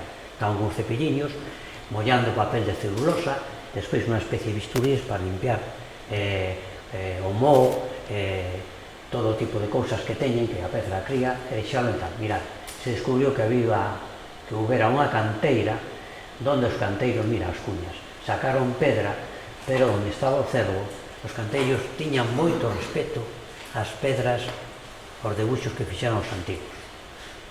Hai poucos, unha señora da parroquia da Mil, que teñen agora un problema moi grande co Monte Acibal, que queren poñer un parque eólico inmenso, muiños de 200 metros de altura, os máis altos, hasta ahora tiñan 150 metros, xa hai de 180 a 200 metros de altura.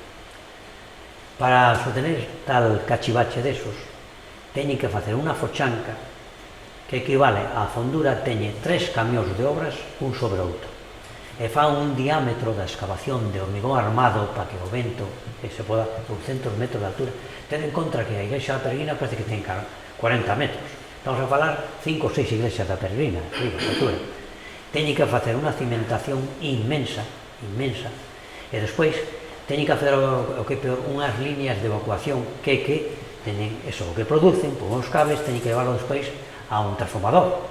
Teñen que facer uns cables todo o monte, unhas trincheiras enormes e levarlo despois a unha subestación eléctrica, non? O sea que eso, un monte queda moi afectado.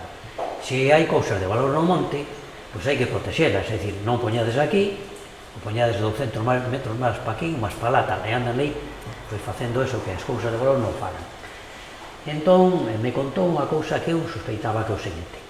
Estas cousas dos antigos, os galegos, antes de haber escolas, os pais, os avós, os bisavós, os tatavós, contábanlle unhas lendas que dicían que a fixeran os primitivos habitantes de Galicia, que eran uns pobladores chamamos mouros, que vivían nos castros, nas mámoas e debaixo dos petrólicos.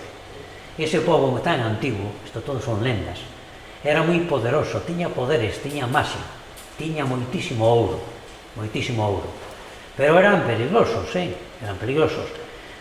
Vou facer unha comparación.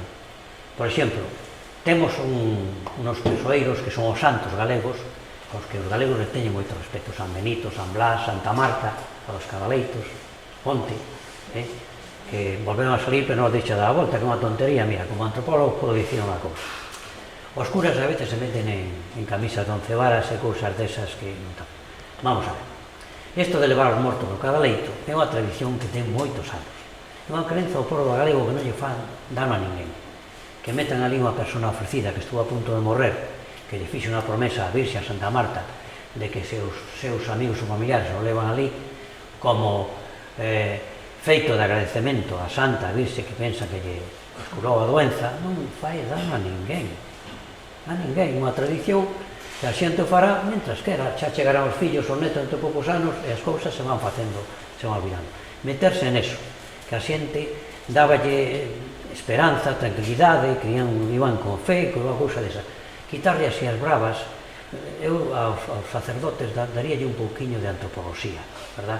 Enseñarlle que hai cousas que non fan dano, non son peligrosas, ni van contra ninguén, falan de superstición, coño, supersticións, hai sempre, hoxe hai xente que nos ovnis, hai xente que non sei que, cousas desas. Entón, deixa que a xente o faga, que xa chegará un momento que chegará outros que non farán, se te molesta tal, por que te metes a cousa? Mira, de un párroco da zona de cerca de Ponte Sampaio, por aí, que había unha crenza religiosa que era o padroeiro, o abogoso dos nenos que teñen tatexos, que tiñan problemas, por exemplo, de xa a certa idade oriñarse de noite, con inercia urinaria xa con 10 ou 12 anos e tal e cual, pois o santo abogoso desas enfermedades a xente era San Bartolomeu. Bueno, nesa parroquia Mariña está cerca por aí, pois sempre levaban a procesión e os pais a ese neno que tiña eses problemas de medos nocturnos, terror nocturno, esas cousas dos nenos, pasabanlle por debaixo das andas.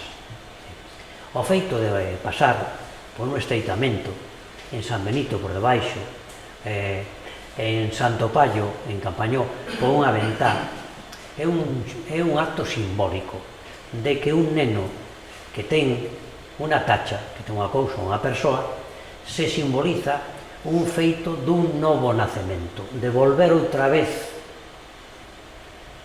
ao claustro materno, a cova, ao lugar oculto, para renacer novo sin a tacha.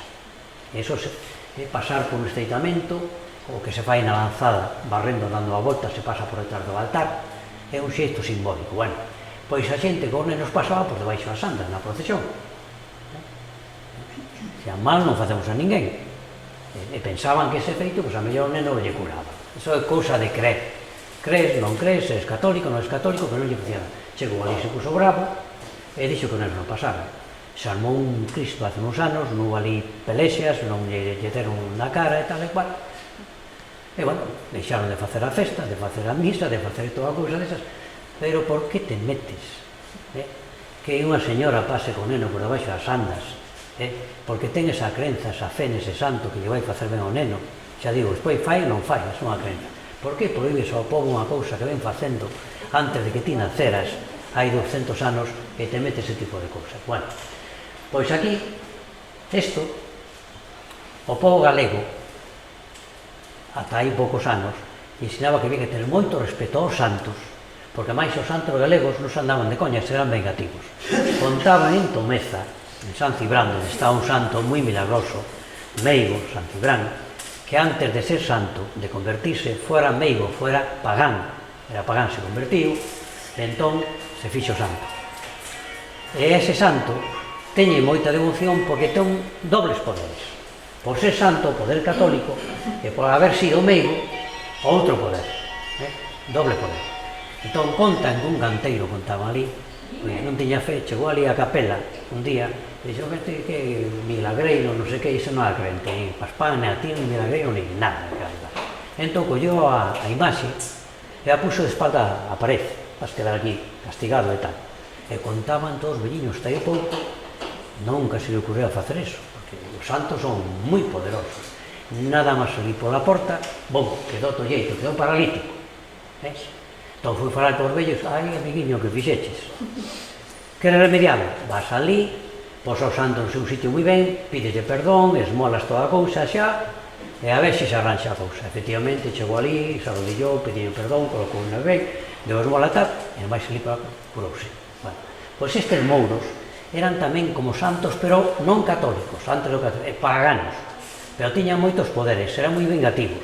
Por lo tanto, os canteiros, cando decidiran a fuchicar a sacar pedra en eses sitios, que sacaran pedras, pero non nos lugares que había debuxos dos mouros. Os canteiros de aquí anduveron sacando pedra, cuña tal, pero a pedra onde estaba o debuxo non a tocaron, porque podía, decíanlle os pais, non toques aí que che pode pasar algo malo. Isto non se descubriu ata que despois de estudiar moito, xa chegou nun libro, cheguei ao convencimento recollendo o en Galicia, que eses petólizos, que moitas veces os de Tourón estaban nas mellores pedras, Tourón ten unha cousa, ten unha pedra moi valiosa porque é unha pedra de gran fino. Hai pedras de gran gozo que son peores. E decían os canteiros que esas pedras boas, de gran fino, eran para os panteóns dos ricos, que as facían de perpiano, as capelas moi ben feitiñas, e para os portalóns dos pazos dos curas e dos ricos da Galicia. Facía un portalón e aí tiña que vir pedra moi boa, de grano frino, destas zonas. E a de Tourón a desa. Pois ben, Tourón, todas as pedras están todas traballadas polo bordo, menos sin tocar xusto onde están os debuxos dos mouros. O sea, que esa crenza foi a que salvou aos petólogos. Pasa. Mira, que están limpiando, mira que deixaron todos puestos para que non medrara, pois xa viva a capa para que drenara a auga no lugar algas e cousas desas.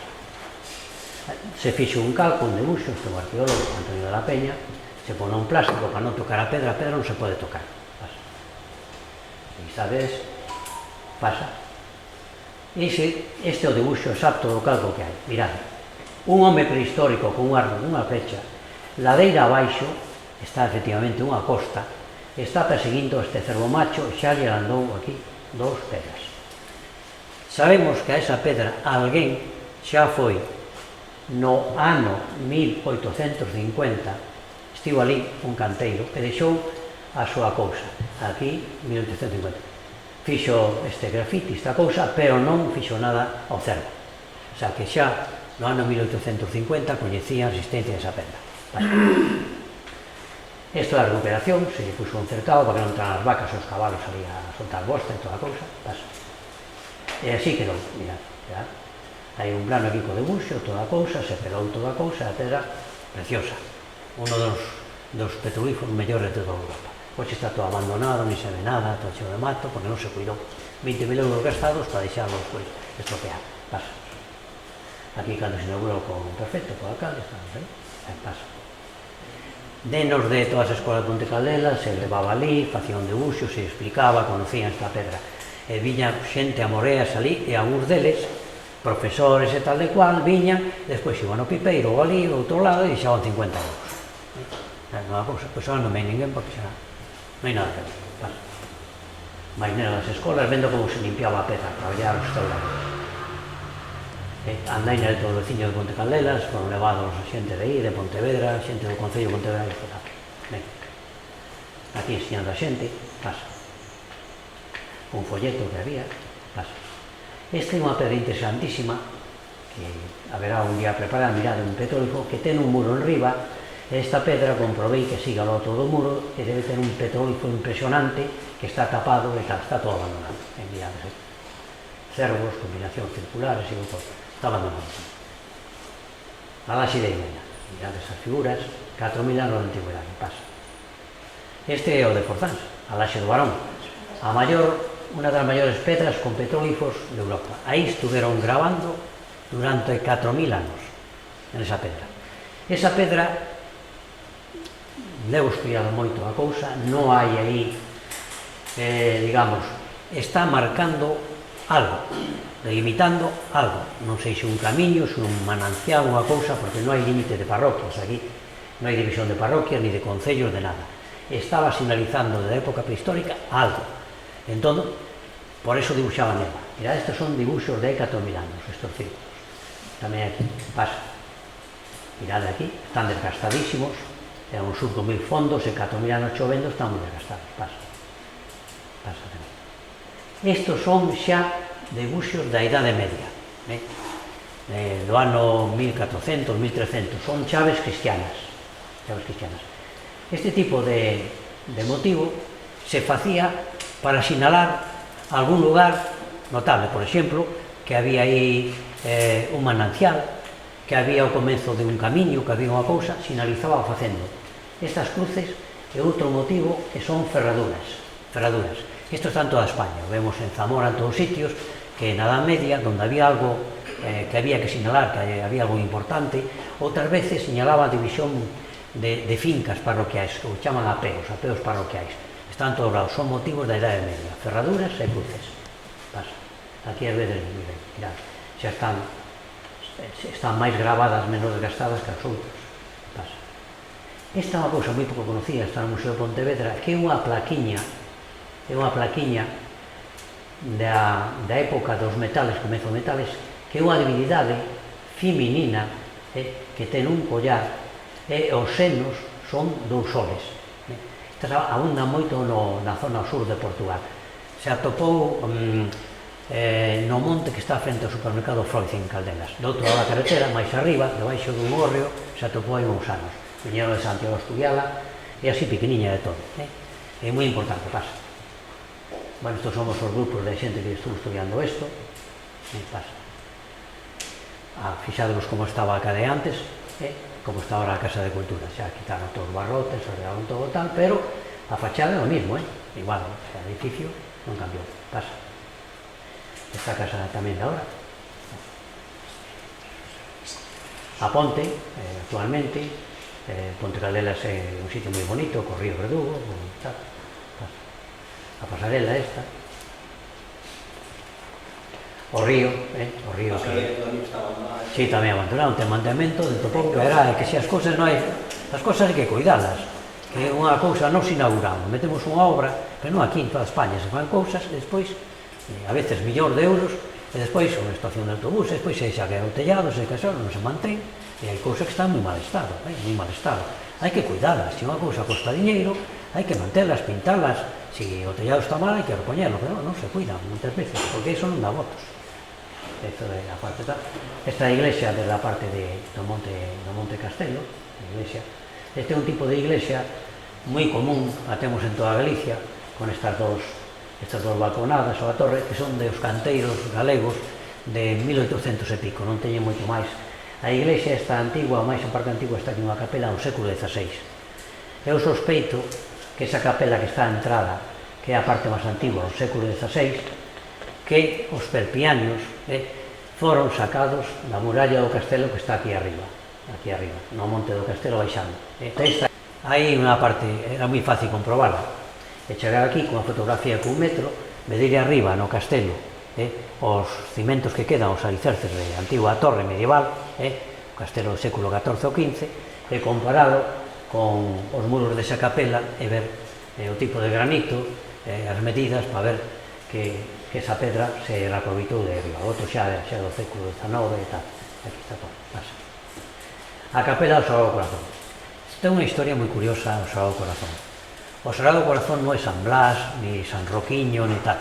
É unha vocación moi nova, moi recente. Se veu de Francia. E a impuxeron os jesuítas. No século XIX. Despois se fixo tamén o Sagrado Corazón de María. Tamén hai o de María, de tal. Cando os jesuítas propuxeron erguer capelas e ir aí a facer ese santo e tal e cual, hubo unha enorme discusión entre sacerdotes, cardenais e tal e cual. Por qué?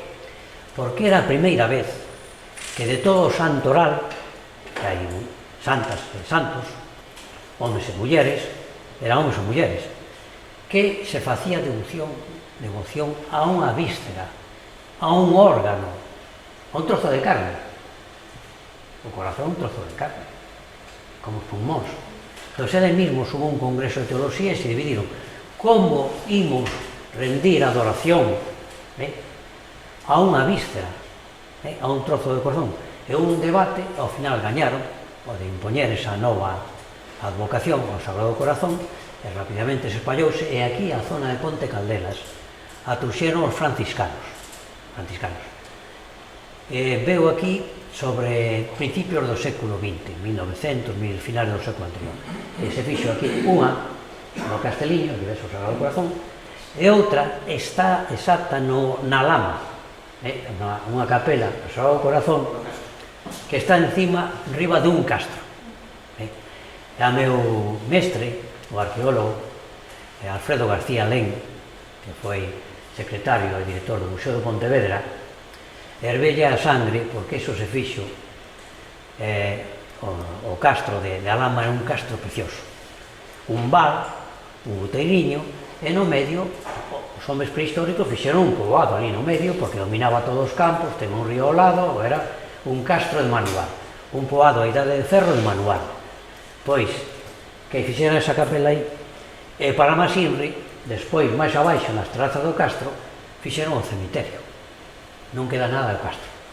O cemiterio foi posterior á capela. Hai un cemiterio xusto, entre o cemiterio e a capella se cargaron todo o castro. E o mesmo, noutro cemiterio que está en San Xurxo de Sacos. Hai un castriño allí no medio de toda a cousa, tamén fixeron unha cousa desa, non? E bueno, a Lama non ten castro, non ten castro por eso. Hai unha devoción moi grande, todavía va a xente, hoy en día sei por parada, a xente se ofrece, sube ao Casteliño facendo, hai un camiño todo con cruces para facer o rezo do rosario todo hasta arriba e tal, e todavía moita xente, sobre todo mulleres, xa con certa idade, siguen indo ao Casteliño a ofrecerse e facer esa penitencia, o sea que hai devociones. Este é o mellor calvario que hai en toda Ponte Caldelas. Está en Barbudo, é dun canteiro da parroquia de Covelo e ten unhas esculturas dunha calidade extraordinaria. Aquí está os dous ladróns, Cristo entre os dous, o bo ladrón que ten os anxos que están consolando, o mal ladrón que ten unha serpe. Pasa, mirade a calidade das esculturas, pasa. Despois están os petos de ánimas, que está nos pasos da Fraga, sempre, as ánimas en Galicia, se lle tene moito culto. Se ten un culto moi grande, eu recordo ali en Barbudo, pois a unha señora xa maiorciña e tal, que preguntei, bueno, tiña un peto en Barbudo, que nos anos 80 era o que recaudaba máis cartos de todo o Concello de Ponte Caldelas. Naquel anos 80 recaudaban, había pesetas, porque os euros viron despois do ano 2000, recaudara 118.000 pesetas. Eu tiña moi cuidado, porque cando un peto dá cartos, por a cuenta que yo teño moi cuidado, estaba con velas, iluminado sempre, os petos de almas. A crenza é a seguinte, na crenza dos galegos, sempre, hai, digamos, un troco, un trato, que cos mortos, ti, se van ao purgatorio, que xa din que non hai purgatorio, son os teólogos, se van ao purgatorio, ti aquí, con esmolas, rezos e misas, os axudas a salir do purgatorio, a que vayan ao ceo, o sea, que os vivos fan ese traballo para os mortos. Isto é doutrina eclesiástica pura e dura. E despois, cando saen do purgatorio, gracias aos rezos, esmolas e misa dos vivos, van ao ceo. Cando están no ceo, xa son santos. E teñen poderes. E son esas ánimas a que se lle pide, pola facenda, polo gando, antiguamente, polo ben da casa, todas as cousas, porque, como dixo aquela señora de Barbudo, amiguiño, as santas, as ánimas son moi poderosas. Te poden facer grandes favores. Ti, cando está no purgatorio, as sacas, elas despois no ceo son santos e te axudan a ti. Sempre o galego estuvo comunicando con máis alá. Sempre esta creenza de que os mortos morren, pero non morren de todo. Estén onde estén, sempre hai unha relación, sempre. Non se rompe. Esta é a mellor escultura funeraria que hai en todo o Concello de Ponte Caldelas. Aquí, forzantedes no cementerio, unha escultura funeraria moi interesantes. Este canteiro, a época dourada dos canteiros galegos, os mellores do mundo, foi entre 1800 e 1950. Cando se fixeron todas as sepulturas, cruceiros, tal, todo. Cando Pepe Apena, Pepe Cerviño, de Aguasantas, fixo o cruceiro de Iro, que é unha obra, coñecedes o cruceiro de Iro en Aldán, en Cangas. Ese é o cruceiro máis bonito de Galicia. O fixo Pepe da Pena Cerviño, que era do lugar de Aguasantas. Os mellores canteiros do mundo. Esa época durada, como se fai todo. Pois este, unha persona rica, que está enterrada aí, que fixe un panteón, donde todos son simbolismo. Mira, esta a fe, ten a cruz e ten unha venda porque a fe é cega. Que dicimos? A fe é ciega. Hai que ter fe ciega, non? Aquí están dos personas layándose. Este é un ave que co pico a veces sangra, é o símbolo do corazón de Cristo que tamén sangra. Aquí hai un avaro que está contando os cartos e outro, en cambio, que está ayudando a un pobre. Os avaros contando os cartos que van a ir ao inferno, e un rico que está ayudando ao pobre que vai ir ao ceo. Xa te veo do mismo.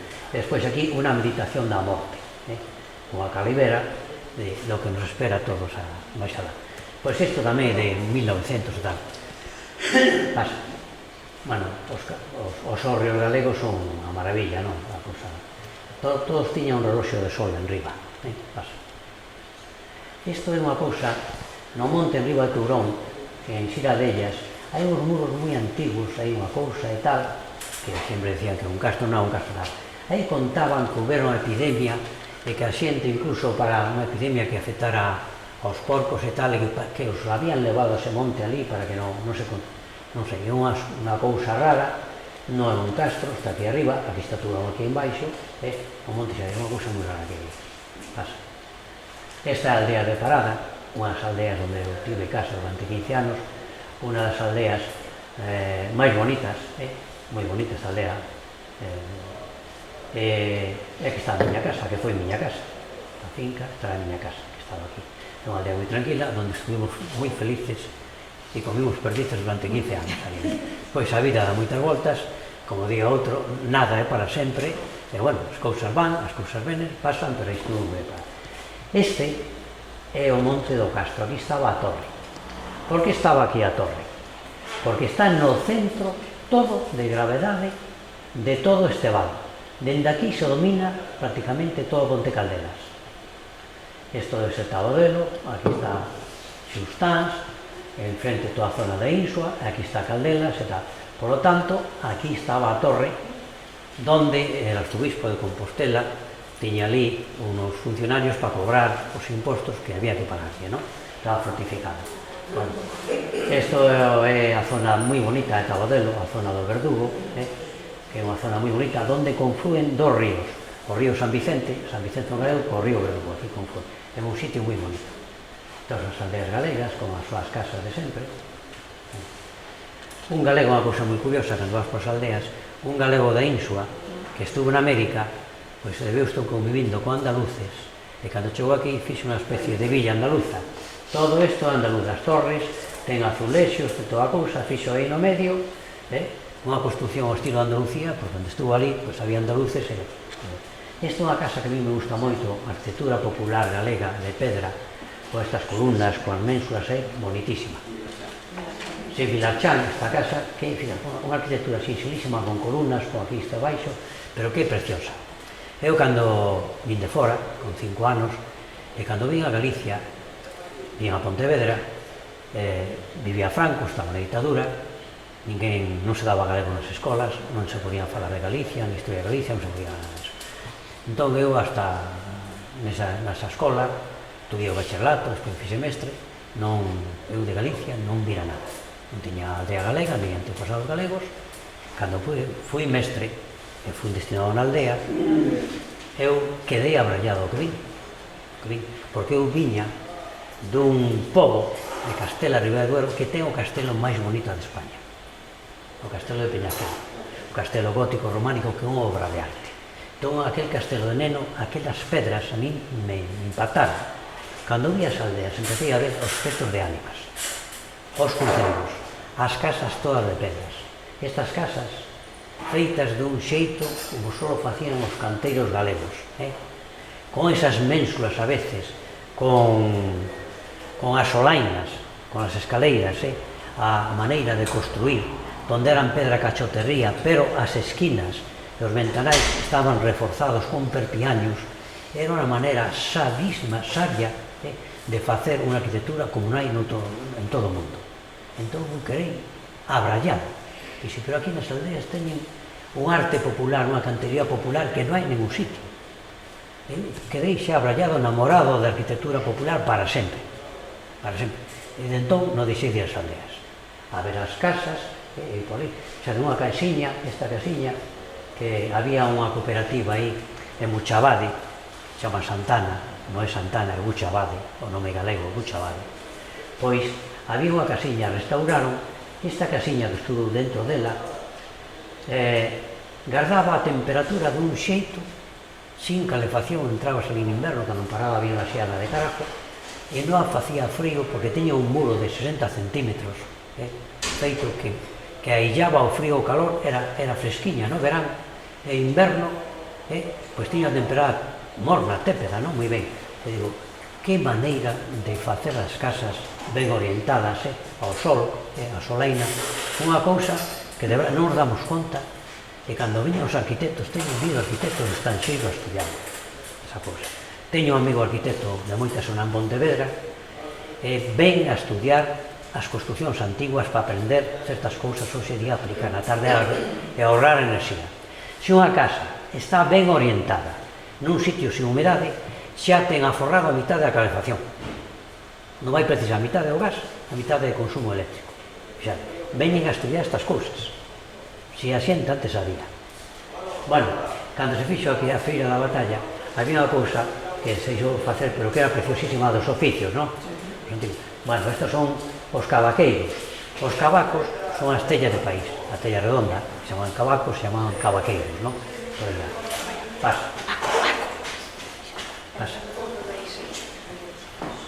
Bueno, o tecido, todavía hai tecidos populares, ese tecido, que se fan cousas que son feitas a mano, leva moito tempo e teñen un precio moi grande, pasa.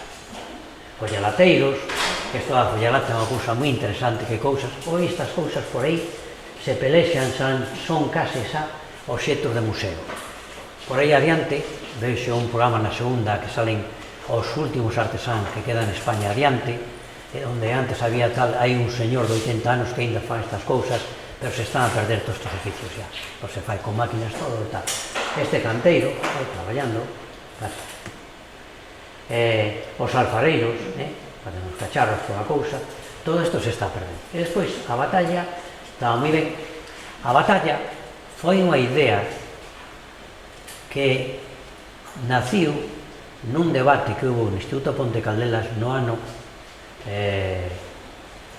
que ano sería donde estaba o alcalde, perfecto, estaba o director do Instituto Humberto, estaba eu, e nos acordamos que era o ano 2006. A batalla de Ponte Caldelas tuvo lugar en 1809. Nos íbamos a chegar, faltaban 3 anos para o centenario da batalla.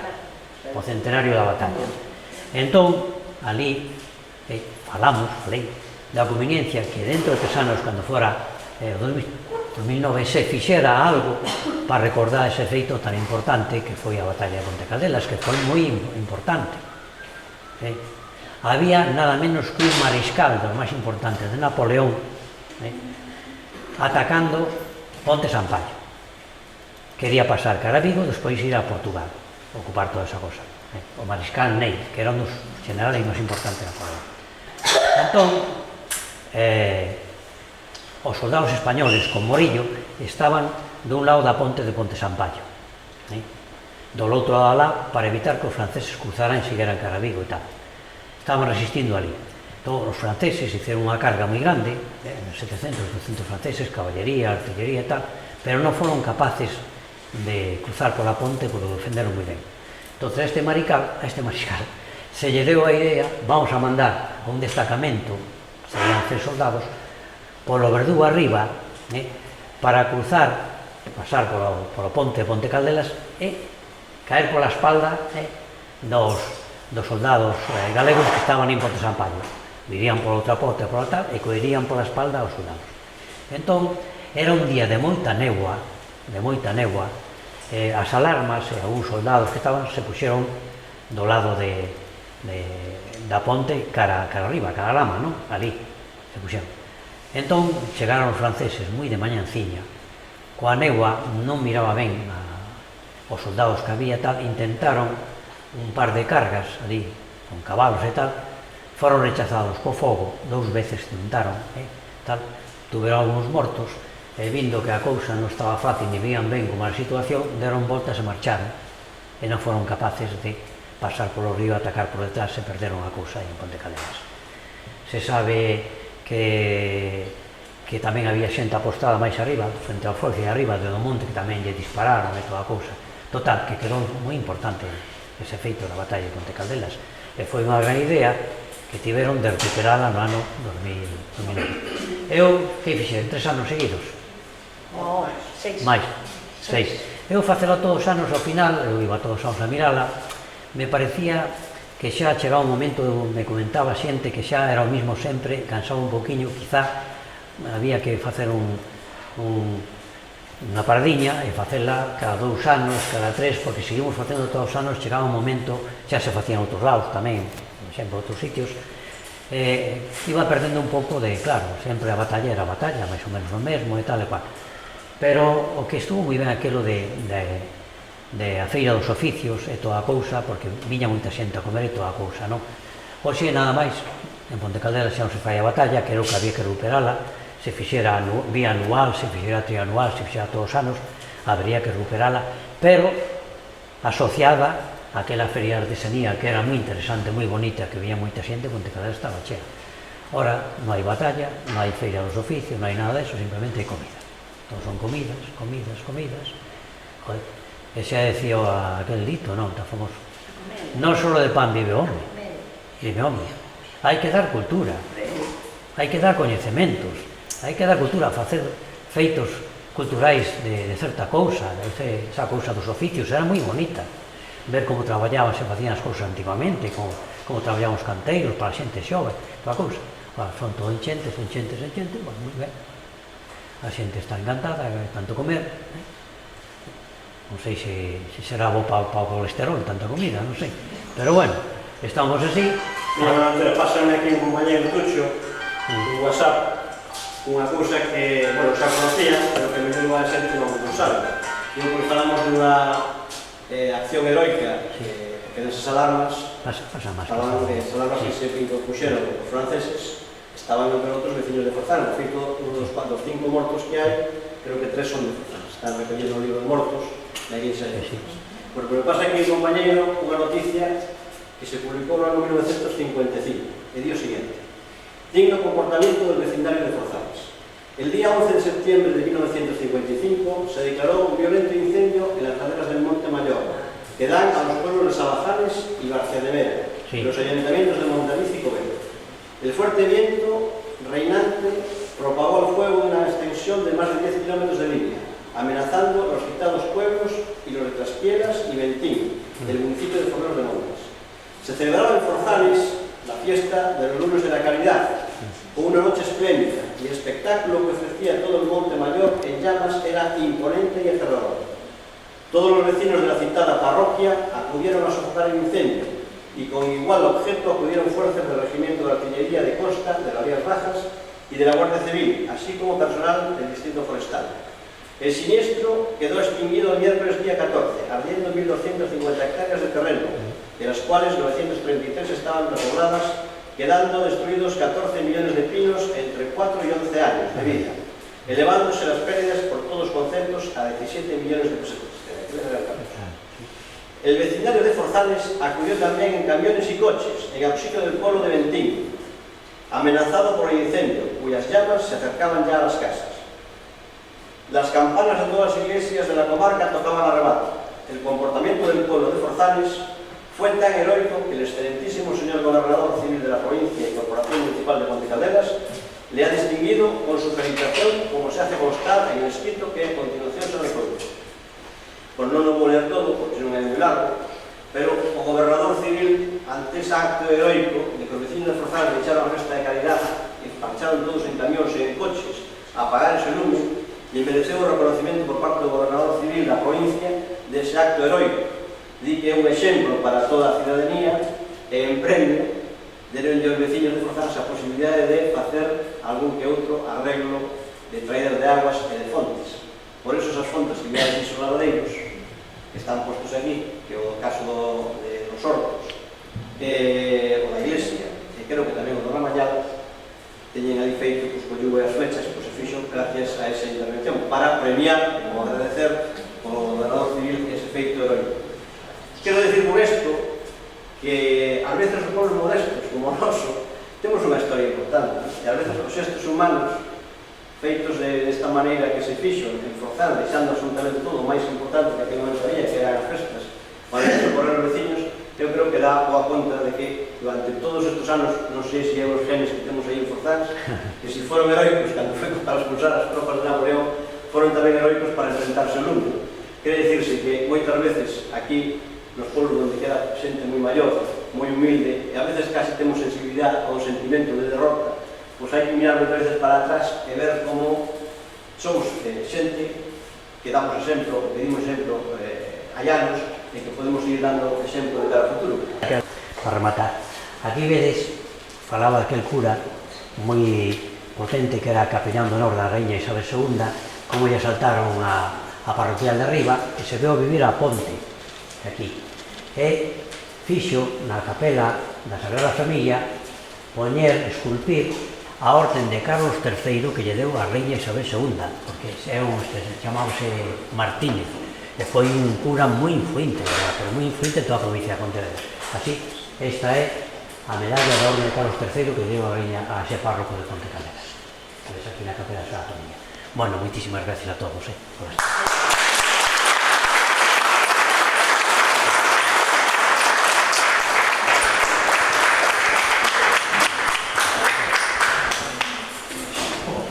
Un segundillo solo. Solo queríamos facer aquí un pequeno obsequio, porque sabedes que Buenaventura ven aquí sempre, con toda a súa vontade, de un xeito altruista, e a última vez fixemos un pequeno regalo, e este ano queríamos facerle tamén outro pequeno obsequio, e ademais para que o levara naquelas ocasións que el considero oportuno sempre pegado cerca do seu corazón, que teña forza de prestar. medalla a Carlos III. É un pequeno pin, unha gaita como simbología tamén de Galicia, porque ainda que naceu fora, eu penso que é un dos grandes galegos. Moitas gracias. Gracias.